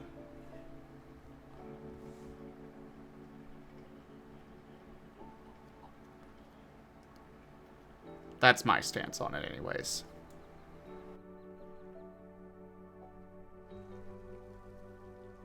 And that'll apply to combos, to multi-attacks, to meld, anything where you are combining multiple moves. That's just how I say it works.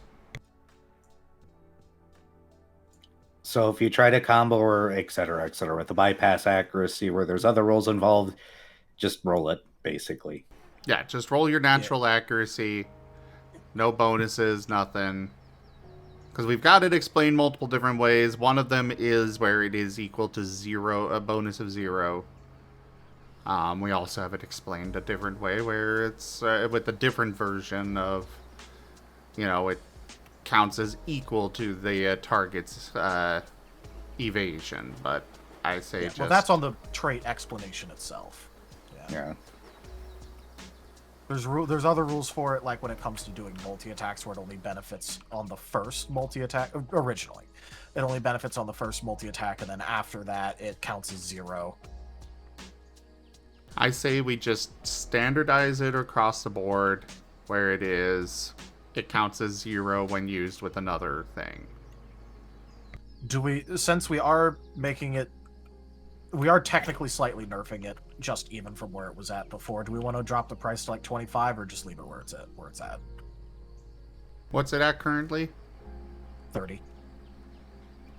I'd be okay with that.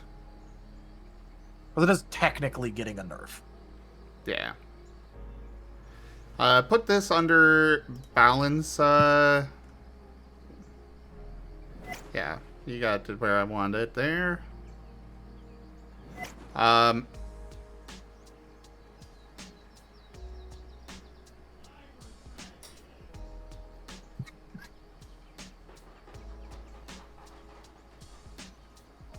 Also multi-attack.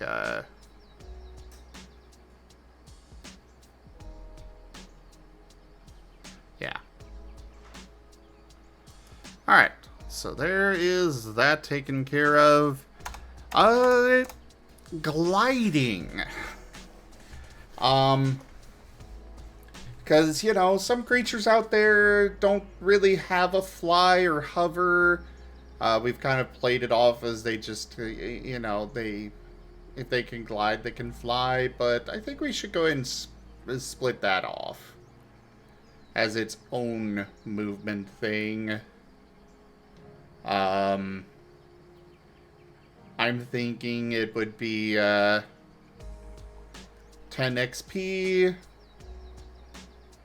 and like it'll be a feat, but it'll be one of the discounted ones. 10 XP instead of the 25, and it'll be God. And it'll be you can move so far horizontally, but you are also moving down, like, you know, 5 feet every... I'm thinking every 15 feet you move horizontally, you are also going down 5 feet. Alright, one thing I think we should immediately add into this is making it so that way it has, like, plus difficulty or +2 difficulty at the whole navigation rolls to go against, like, weather and the like. But remember, flying has -1 difficulty, hover has standard, because this has the least amount of control over where you go because you're just gliding and not moving under your own power. I think we need to put in the navigation nerf thing. I am okay with that. So +2 difficulty on maneuvering with it, yeah. That way, if there's, inclement fucking weather, your glide character is going to be like, oh my god, I can't go out there and glide, otherwise I'm going to get ripped away.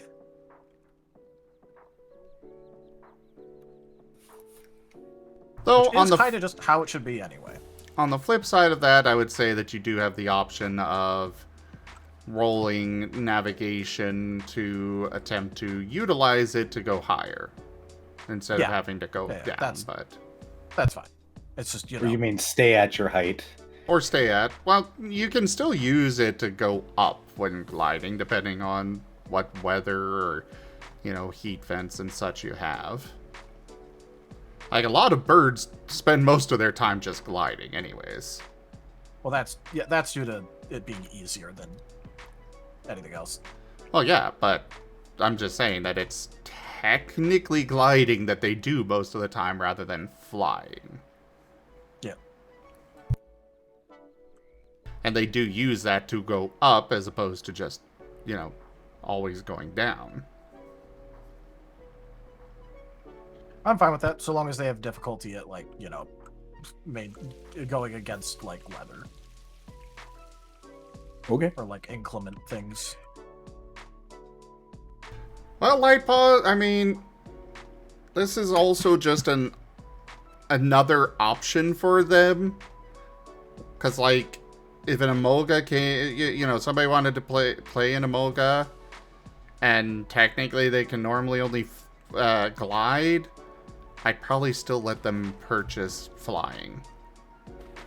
Because why not? Yeah. But for those that, like myself, where I could have gone with flying for a fuse, I didn't want to because it didn't feel right to me as a player. When they can technically only glide, so I wanted an option for gliding, but we didn't have one, so... I mean, it's unobtrusive, I don't mind. What is this gonna break? Everything. My back.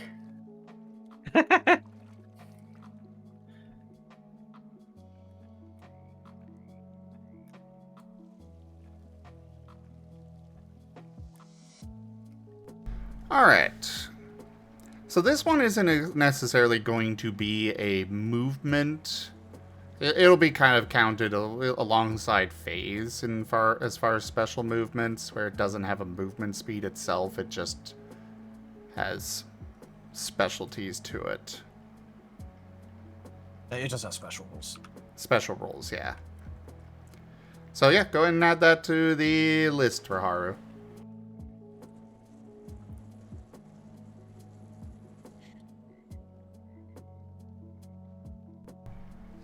Down at the bottom. Because this is a separate thing. I try to keep these into categories on the notes. Helps me out a lot. Yeah.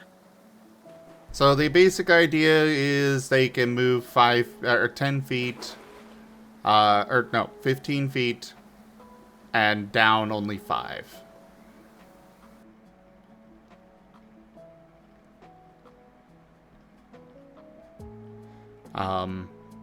+2 difficulty for navigation.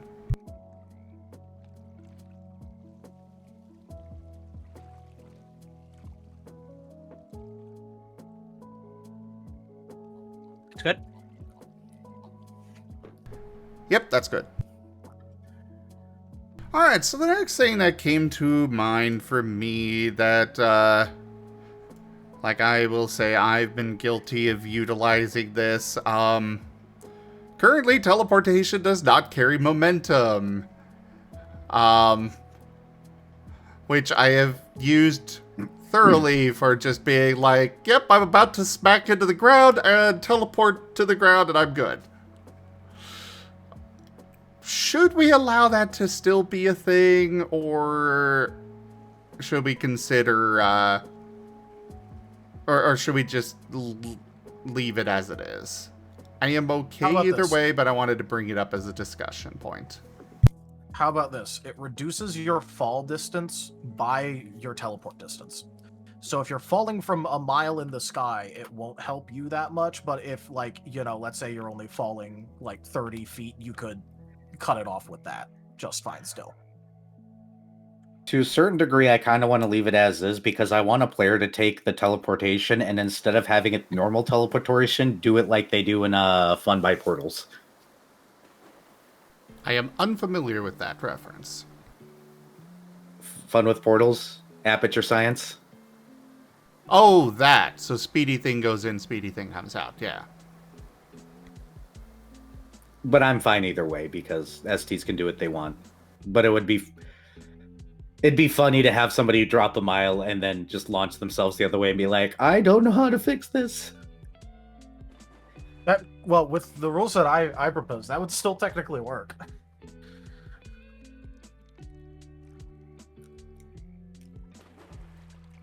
But yeah, I think I'd prefer it if it reduced the fall distance by your teleport distance. Now, in terms of, like, if you're falling for a mile, is this going to be a... Because technically, like, you are falling quite a bit every, 6 seconds. More than most people could do for a actual teleportation. But do we want it to be like, okay, you have this one... Well, no, I guess it would be fine, actually. Never mind me. Rambled one way, realized, actually, no, this is fine. So, yeah. Go ahead and put it in the notes. Teleportation does carry momentum, but you may reduce that momentum by how far you can teleport.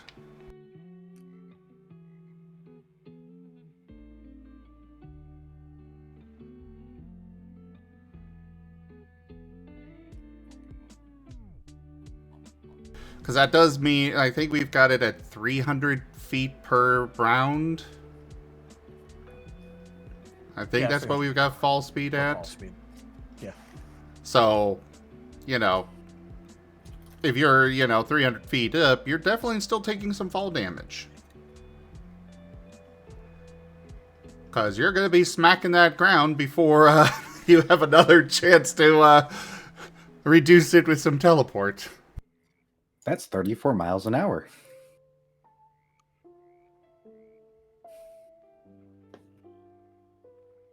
Should we really go in? Should we go into the details of, try and make it closer to the actual fall speed? No, that's not necessary. That's really not necessary. If you're falling more than 300 feet in a round, just throw your hands in the air, man. All right? Jesus take the wheel moment. Or get ready to BS a bunch of stuff to your storyteller. It's not going to matter after that. Yeah, at some point you're just like, all right, fuck it, we ball.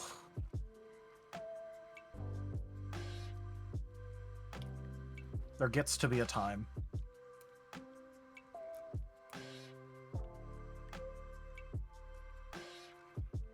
All right. So, yeah.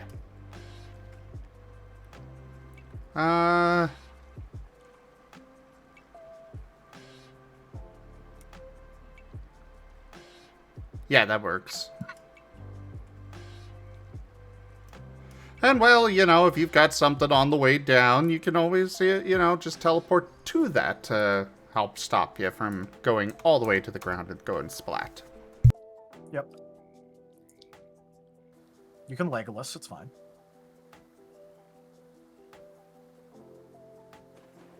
Like, and that's the whole thing with Furvis on the speeder. Probably would have teleported into the building and then off elsewhere. Yep. Alright, so next thing that I want to bring up, we can come back to the cantrips. minion extra abilities. If you look at the minion proposal tab, I came up with some stuff, but I'm a little uncertain on, in particular, the ranges.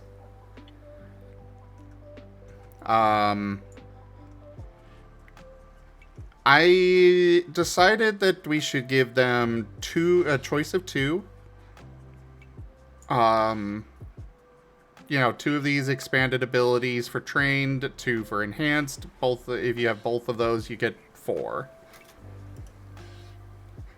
The big issue here is, like, short range is only 10 XP. Dots are 12 XP each, or somewhere around there. Actually, I think they're 18. Dots are 12. Dots are 12, yes. Building power's 15. Yeah, I forgot that I forgot what we changed it to. But either way, it's kind of like, you know, you can give your minion short range, which would be the equivalent of 10 XP, or give them 2 dot on an attack, which is the equivalent of 24 XP, and it's like, that doesn't feel right. Well, if it helps, short and medium combined is exactly 25. Yep. So we can have it go directly to medium. Well, something that just occurred to me is maybe it's if you give them short range, that will apply to all of their abilities.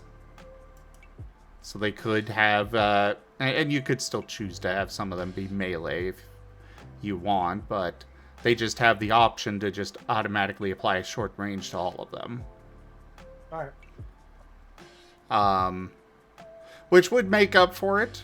Because, you know, if they've got 4 of these, then short range, you know, they've got their first one that they get, plus potentially 2 more. Or 3 more, and then the short range, and the short range applies to all 4 of those.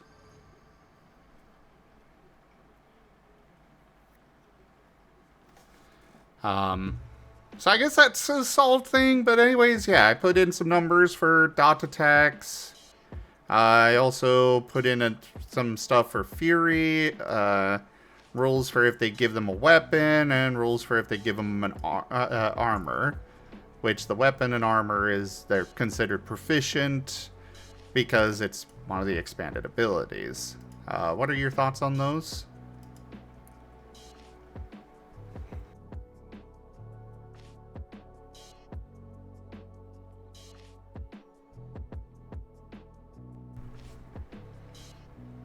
Era? Tao? I'm reading. Yeah, I'm just Oh, okay. thinking about it again. Should also add the one we came up with yesterday.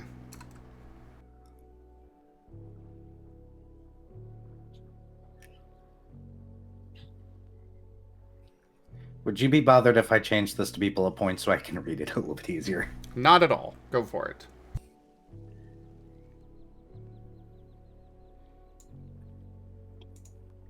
Technically, we already got into vehicle mechanics tonight, Cosmo.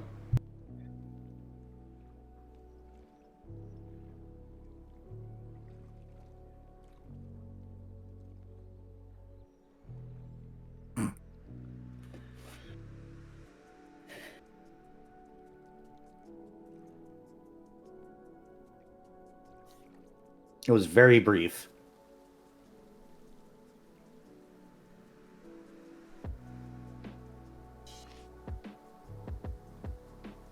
And there's what we came up with for the buff debuff. And all these are red. There was also the feat pickup thing. Ah, yeah, where the storyteller could approve them to get a feat. Yep. These are all equal to 25 experience then, right? No. Well, vaguely. Vaguely-ish. Yeah, somewhere. Well, the Fury one in particular, definitely not. But I could adjust the numbers on that. Part of the problem is, well, I mean... Actually, no, that does make sense for the Fury. But they don't have base stats to pull from, so when they're rolling that Fury attack with accuracy 3, they're only rolling 3 dice. Yeah, so they're just rolling an amount of Fury attacks equal to their tier, effectively.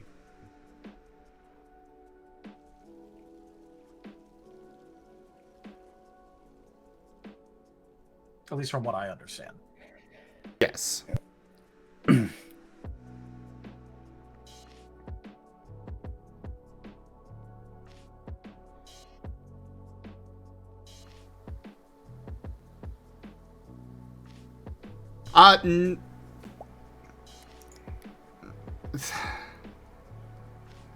Sort of Avari, but also not really.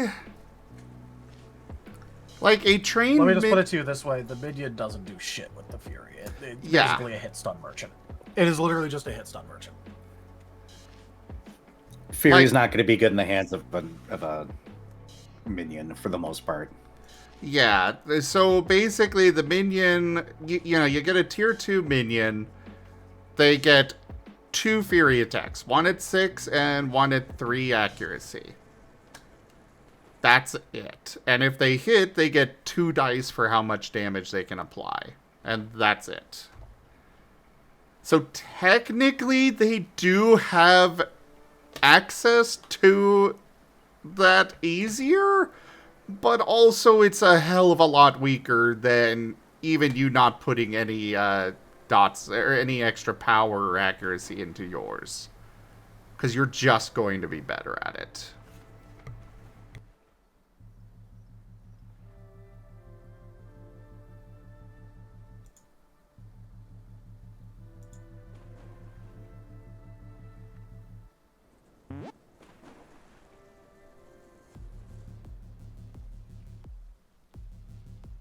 I don't see any problems with these numbers off the top, or just doing internal napkin math in my skull brain.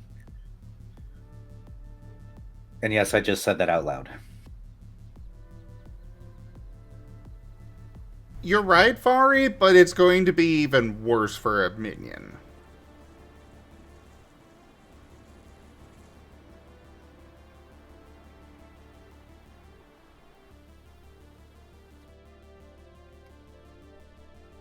But, Fury isn't meant to be a high damage thing. It is, the point of Fury is you are softening them for somebody else to hit them hard. That is the point of Fury. Remember, you can also full attack, it's just it's -5 instead of a -3. If you're looking to do damage. But you do have to use different moves. Yeah. Yeah. Which unfortunately stings Fury for moves do not deal damage normally. The way that they deal damage is with plus damage stat changes. Then they turn into ripping the opponent apart, but only once you stack that up. Yep. Yeah, you want to use a buff to get your Fury to do damage. Otherwise, the purpose of it is soften them up for your allies. Yeah, like I will point this out. Vane's main strategy is being a Fury attacker, and even just with like getting a couple of his stat changes going, it turns into, oh, I just like mauled that opponent.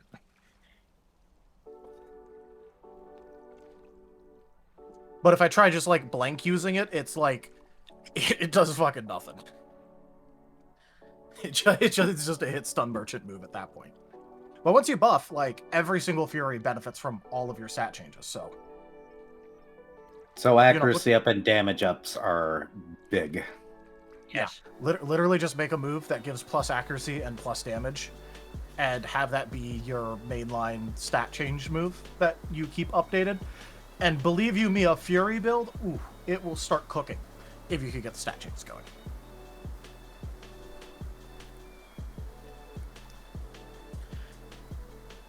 But you kind of need to complete all that, otherwise it'll be like It'll still be helpful. You'll still deal some damage because chip damage is chip damage. If you hit them 5 times for chip damage, it's still 5 damage.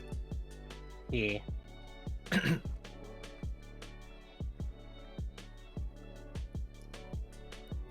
Oh yeah, add building power to the Fury move too. Well, building power only goes up once per turn, but even still, you know, the second turn you use it, that's all of them are doing 2. And then the third turn, all of them are doing 3. The real strategy with building power on a Fury move is to stack as much building power on it as possible. On a dynamic version of it on the full action, hit them with that full action building power, and all of the Fury attacks benefit from the built power from the full action version. It's just, it is the most telegraphed thing in existence, because you're hitting them with a full action attack that rolls like almost no power dice. That might be something we want to... Okay, look, that is telegraphed as hell. If you get hit with that, that's like getting hit with the Falcon fucking punch and smash. Skill. You saw that stuff coming. You should have dodged out of the way 2 seconds ago. AKA Vari, sit down with me and Tal. We'll or just Tal. Or me and Tal. Whichever. We can help. That wasn't telegraphed, that was RSVP'd. I like that. I'm adding that as a quote. Well, yeah, no, like, that's a strategy that you can do. But it's also, like, you know, it is literally giving your opponent, like, a signed warning that you're about to kick their ass in exactly 6 seconds if they don't get the fuck out of the way. But that's if you used building power. Yeah, that's for the building power. The other, and this is the really good one for Fury builds, and this is basically like the Vayne signature of just throw some dot on that bitch and Fury attack them with a dot. They'll regret being in the way of your Fury after that. Yeah, Fury dot is ugh. And usually in the good way for a player. Yeah. Granted, opponents can also just do that right back to you, but hey, you know. Yeah.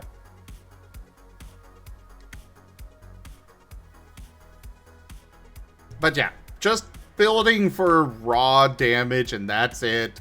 It's not gonna take you far. But chip damage should not be underestimated either.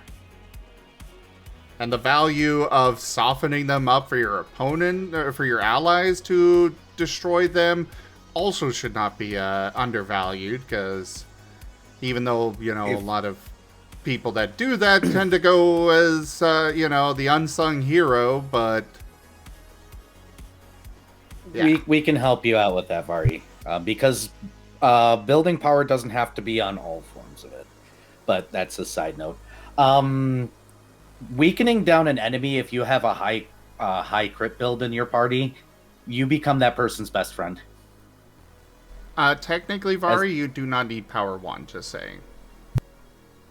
Yeah, you could just have power 0. Yeah, it's just you don't add any. Because Fury is a power category move, or trait, it makes the move damaging. Yeah, technically just having Fury does mean that you get to roll power. You do not have to actually purchase power. You're only rolling with your natural abilities, but, you know, I know you've got a mid 5. I think you've got, I think it was body 6. So, you know, you're still rolling with 8 dice on that.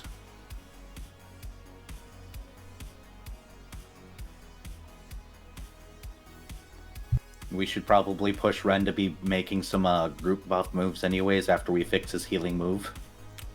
Or just make him not have only a full action move, period. Well, it's... Wait, he only has a full action move? What?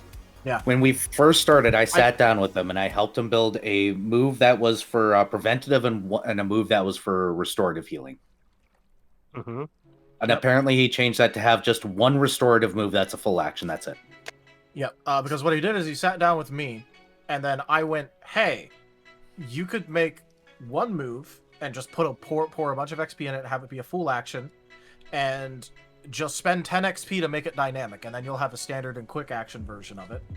And they forgot to do the dynamic? He forgot to do that, and never did that. And never spent 10 XP to make it dynamic. Wow. What the heck, Ren? So now he I has don't no know what he was variability or... But that's also why he is just getting fucked up, because, he made it so his only healing action thing was a full action, and then didn't make the damn thing dynamic. That's what you're supposed to do with full action bullshit. Yeah, if you're making a full action, just make it fucking dynamic. It's 10 XP, just do it. Do it. Just do it. It doesn't even go towards the moves cap. Exactly. Nope. Just do Thanks. it. But anyways, you guys good with what I've put in there then? I'm fine with it for now. It looks okay. Yeah. Opinion to change when I see it in actual action. Yeah, like, it looks okay. I don't really have, like, any big, negatives with it. It's just, hey, if we realize, oh, hey, this was a bit much, we'll change it. It's fine. Yeah. Just wanted to don't get think a anyone's gonna be foundation out there, too- yeah. I don't think people are going to be too broken up if we go, hey, this is a bit too consistent. Remove 1 accuracy per tier. Yeah. I don't think they're going to care that much. Okay, something that we didn't actually add to the discussion list, but I did ask for ideas on standardized expected merits per attribute. Like we have have provided for- those. Did we write those down? I think I got those written down. Hold on. You have them written down somewhere. Yep, give me a second. I gotta find that thing again. I'm just gonna say, it was not provided to me, no. Well, it was while you were in voice with us. Well, yeah, you guys were talking about how you had a curved scale for it and such, and you guys were discussing it, and then I went to go start stream and did not actually give me a number. It was... I think it was 17 or 18. I'm just trying to find it. Yeah, it was around there. I don't remember if it was which one it was exactly, but I think it was like rounding. I think it was like 18, but then we went and basically I think the range was about like 15 to 20 per attribute. Yeah, And it was what we at settled on. At 30 dots, it was 350 to 380 was kind of the range we were looking at. So let's see. Yeah, so 30 the minus 350 8. divided by 22 was 16 about. So yeah, we did like 15 to 20. With the lower to the higher. Yeah. Alright, I'm good with that. So, go ahead and add that to the notes as well, Haru. Expected merits per attribute is 15 to 20. Also, think about it. I think you were there because we were even talking about how, because I went through the different games and was going over which ones we were. We fine might at have and burnt. which ones. Yeah, we might have just burned your synapses a bit there with our nerd discussion. Or Yeah, I 'cause got distracted and was we were- working on other stuff. Like, there's any number of Yeah. explanations. Yeah. I was like, hey, wait. We talked about the different games about it, and then yeah, you just might not have been paying attention. Yeah, we were talking about curve math for a while and whatnot, so. Alright. And with the last 15 minutes or so, there's one more thing that I kind of came up with that wanted to put out there. Cantrips. I'm kind of thinking just one that allows for a bunch of different things. I was thinking 10 XP. There's no mote cost for it, but it allows a variety of different effects. Kind of your, like, you know that one. Prestidigitation. Kind of like that, I was thinking we just call it cantrip, or just cantrips. And it includes things like lighting a flammable object, like a candle, or getting a campfire started, floating a light object around, like a pitcher or something. That, Mage hand. Yeah, mage hand for pouring a drink. Making something produce light, a glowy, make your sword glow, etc. Or clean something, etc. Maybe mending for light repairs, not enough for armor, but, you got a torn page or something, you can use it for that.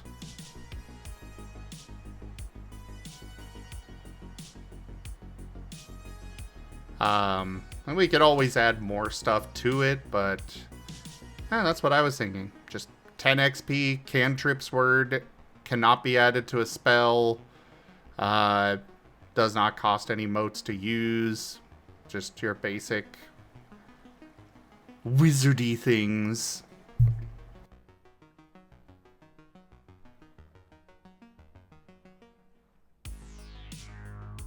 I know. I'm waiting to hear your thoughts on this, pal. Yeah. Yeah, no, I'm still a little bit iffy on some parts of it, but it's really not that. No, I think my only worry is that if you don't take magic, you don't get the cantrips kind of thing. Well, on this front, it doesn't require motes, so technically you could I guess just anybody buy could take it. Yeah. Yeah. It would technically not require you to have any of the magic dots. But it's also, intended for wizard stuff, so you should pick those up, but either way.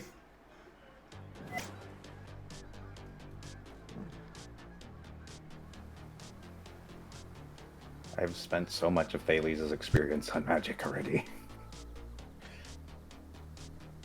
I mean, if everybody can get it, I don't really have too much of a problem with it, because as magic exists and anybody can just drop 10 motes and be like, hey, look, I got mage hand, slaps the person next to them. Then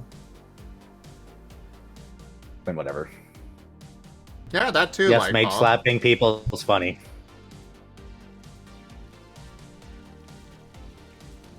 Yeah, exactly, Lightpaw. Alright, so I will just put that directly onto the list. And that is all of our to-do list. Mostly cleaned. We finished just in time. Yes. It's almost time for game. Yep. Just for the people in here, really quickly, since I don't care if it happens right away, the spellbook has a couple more suggested spells listed in them, I think, now. Alright, cool. That is good to know. So, just check it over at some point in time, because I did add a couple more in there. Yeah, I know I mentioned to Zim offhandedly at some point that we really need to make a plus application power thing for spells. So I don't know if you did that already. I didn't. I've added personal atmosphere, anchor, structure for illusion, and banishment. Banishment currently does not have a school.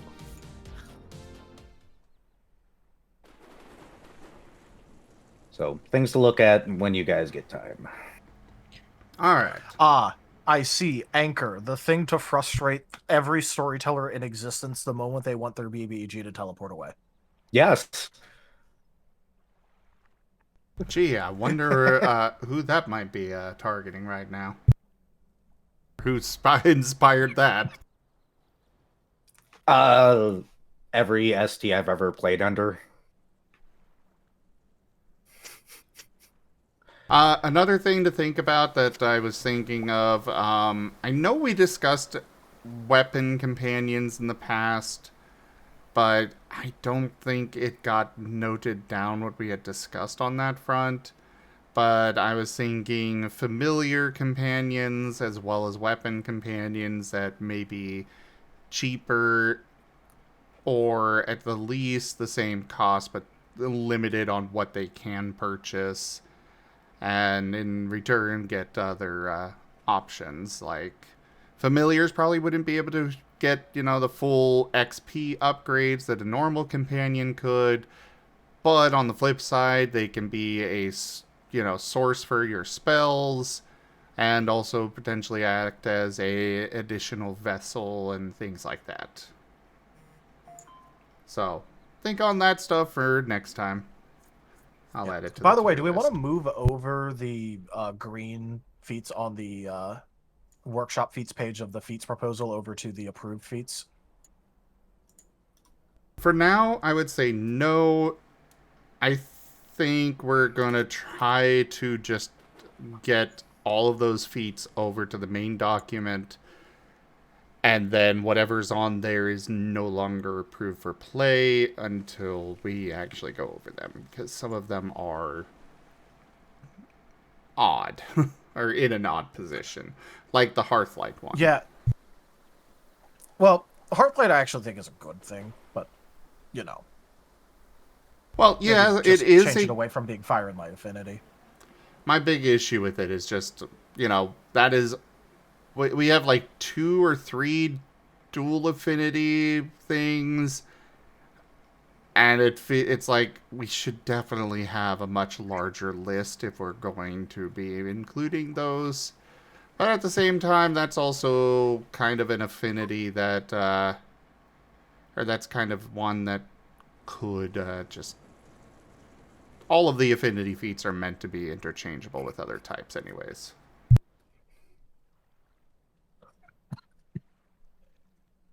Yep. But yeah, because there's ones like Vengeance is Mine, not to be confused with Vengeance. Because we have one called Vengeance, and another one called Vengeance is Mine. With Vengeance in Mind saying grants a buff of 3 to your physical or special damage, so deprecated term too, after suffering a critical hit your choice. Like, lol, Lamau. As of right now, I am going to be moving over those feats. I'm hoping to get through all of them for the next update. Well, all of the ones that I am certain are fine, rather. And then whatever's left there will be no longer approved for play. Hearthlight will be on that list. For the not approved for playlist, or for the moved over list? The not approved for now. Just because I've got to figure out how I want to work stuff. But that workshop, the proposal doc, I want to do away with that being a thing, period. Alright. Well, it'll be still a proposal, but feats just sitting over. Yes, that's why I'm saying I'm going to move them over, and then whatever's left we can go over and decide, yes, we want to keep it, no, we don't. How are we going to rebalance it? Alright, in that case, we could probably keep the 2 tabs we have right now. Workshop feats are for ones that aren't approved yet, and the moment we approve them for the next update, we move them over to the approved feats. Every update, you check the approved feats and move over the approved feats. That sounds great. But for now, we got to Unbroken clear didn't things out. make an error. What were you saying, Eric? Oh, Unbroken never made it onto this list either. That's somewhere in the notes. Oh yeah, and the one where it's like the one where you're able to, if you get hit, like the equivalency of there's an entire feat suggestion thing, like Frail Main, Unbroken, Willful, Persistent Will, Limit Break, Power Exchange, Type Infusion, Light Speed. Yes, there's a lot on there still that I need to get through. Yeah. But either way, that's what my plan is. For now, though, I need a break. So, thank you everybody for joining us so far on the stream today. That was DevTales. Check out our website, zgfgaming.com. We've got links for our Discord, Telegram, Mastodon, Blue Sky, Patreon, and more. There on the website, as well as down in the description below through our link tree. Thank you to my patrons, tippers, and subscribers. It is your support that keeps this channel alive and going. I cannot do this without your guys' help and your support, so thank you. Consider becoming a patron over at patreon.com/zgfgaming. It's one of the best ways to help out the channel, though you can also do so by tipping to the channel directly, going and letting us know what you think of the SCAR system, or by just coming by and hanging out. But for now, thank you so much for joining, and I bid you all the most fondest adieu. Bye-bye. Bye, everyone. Bye bye.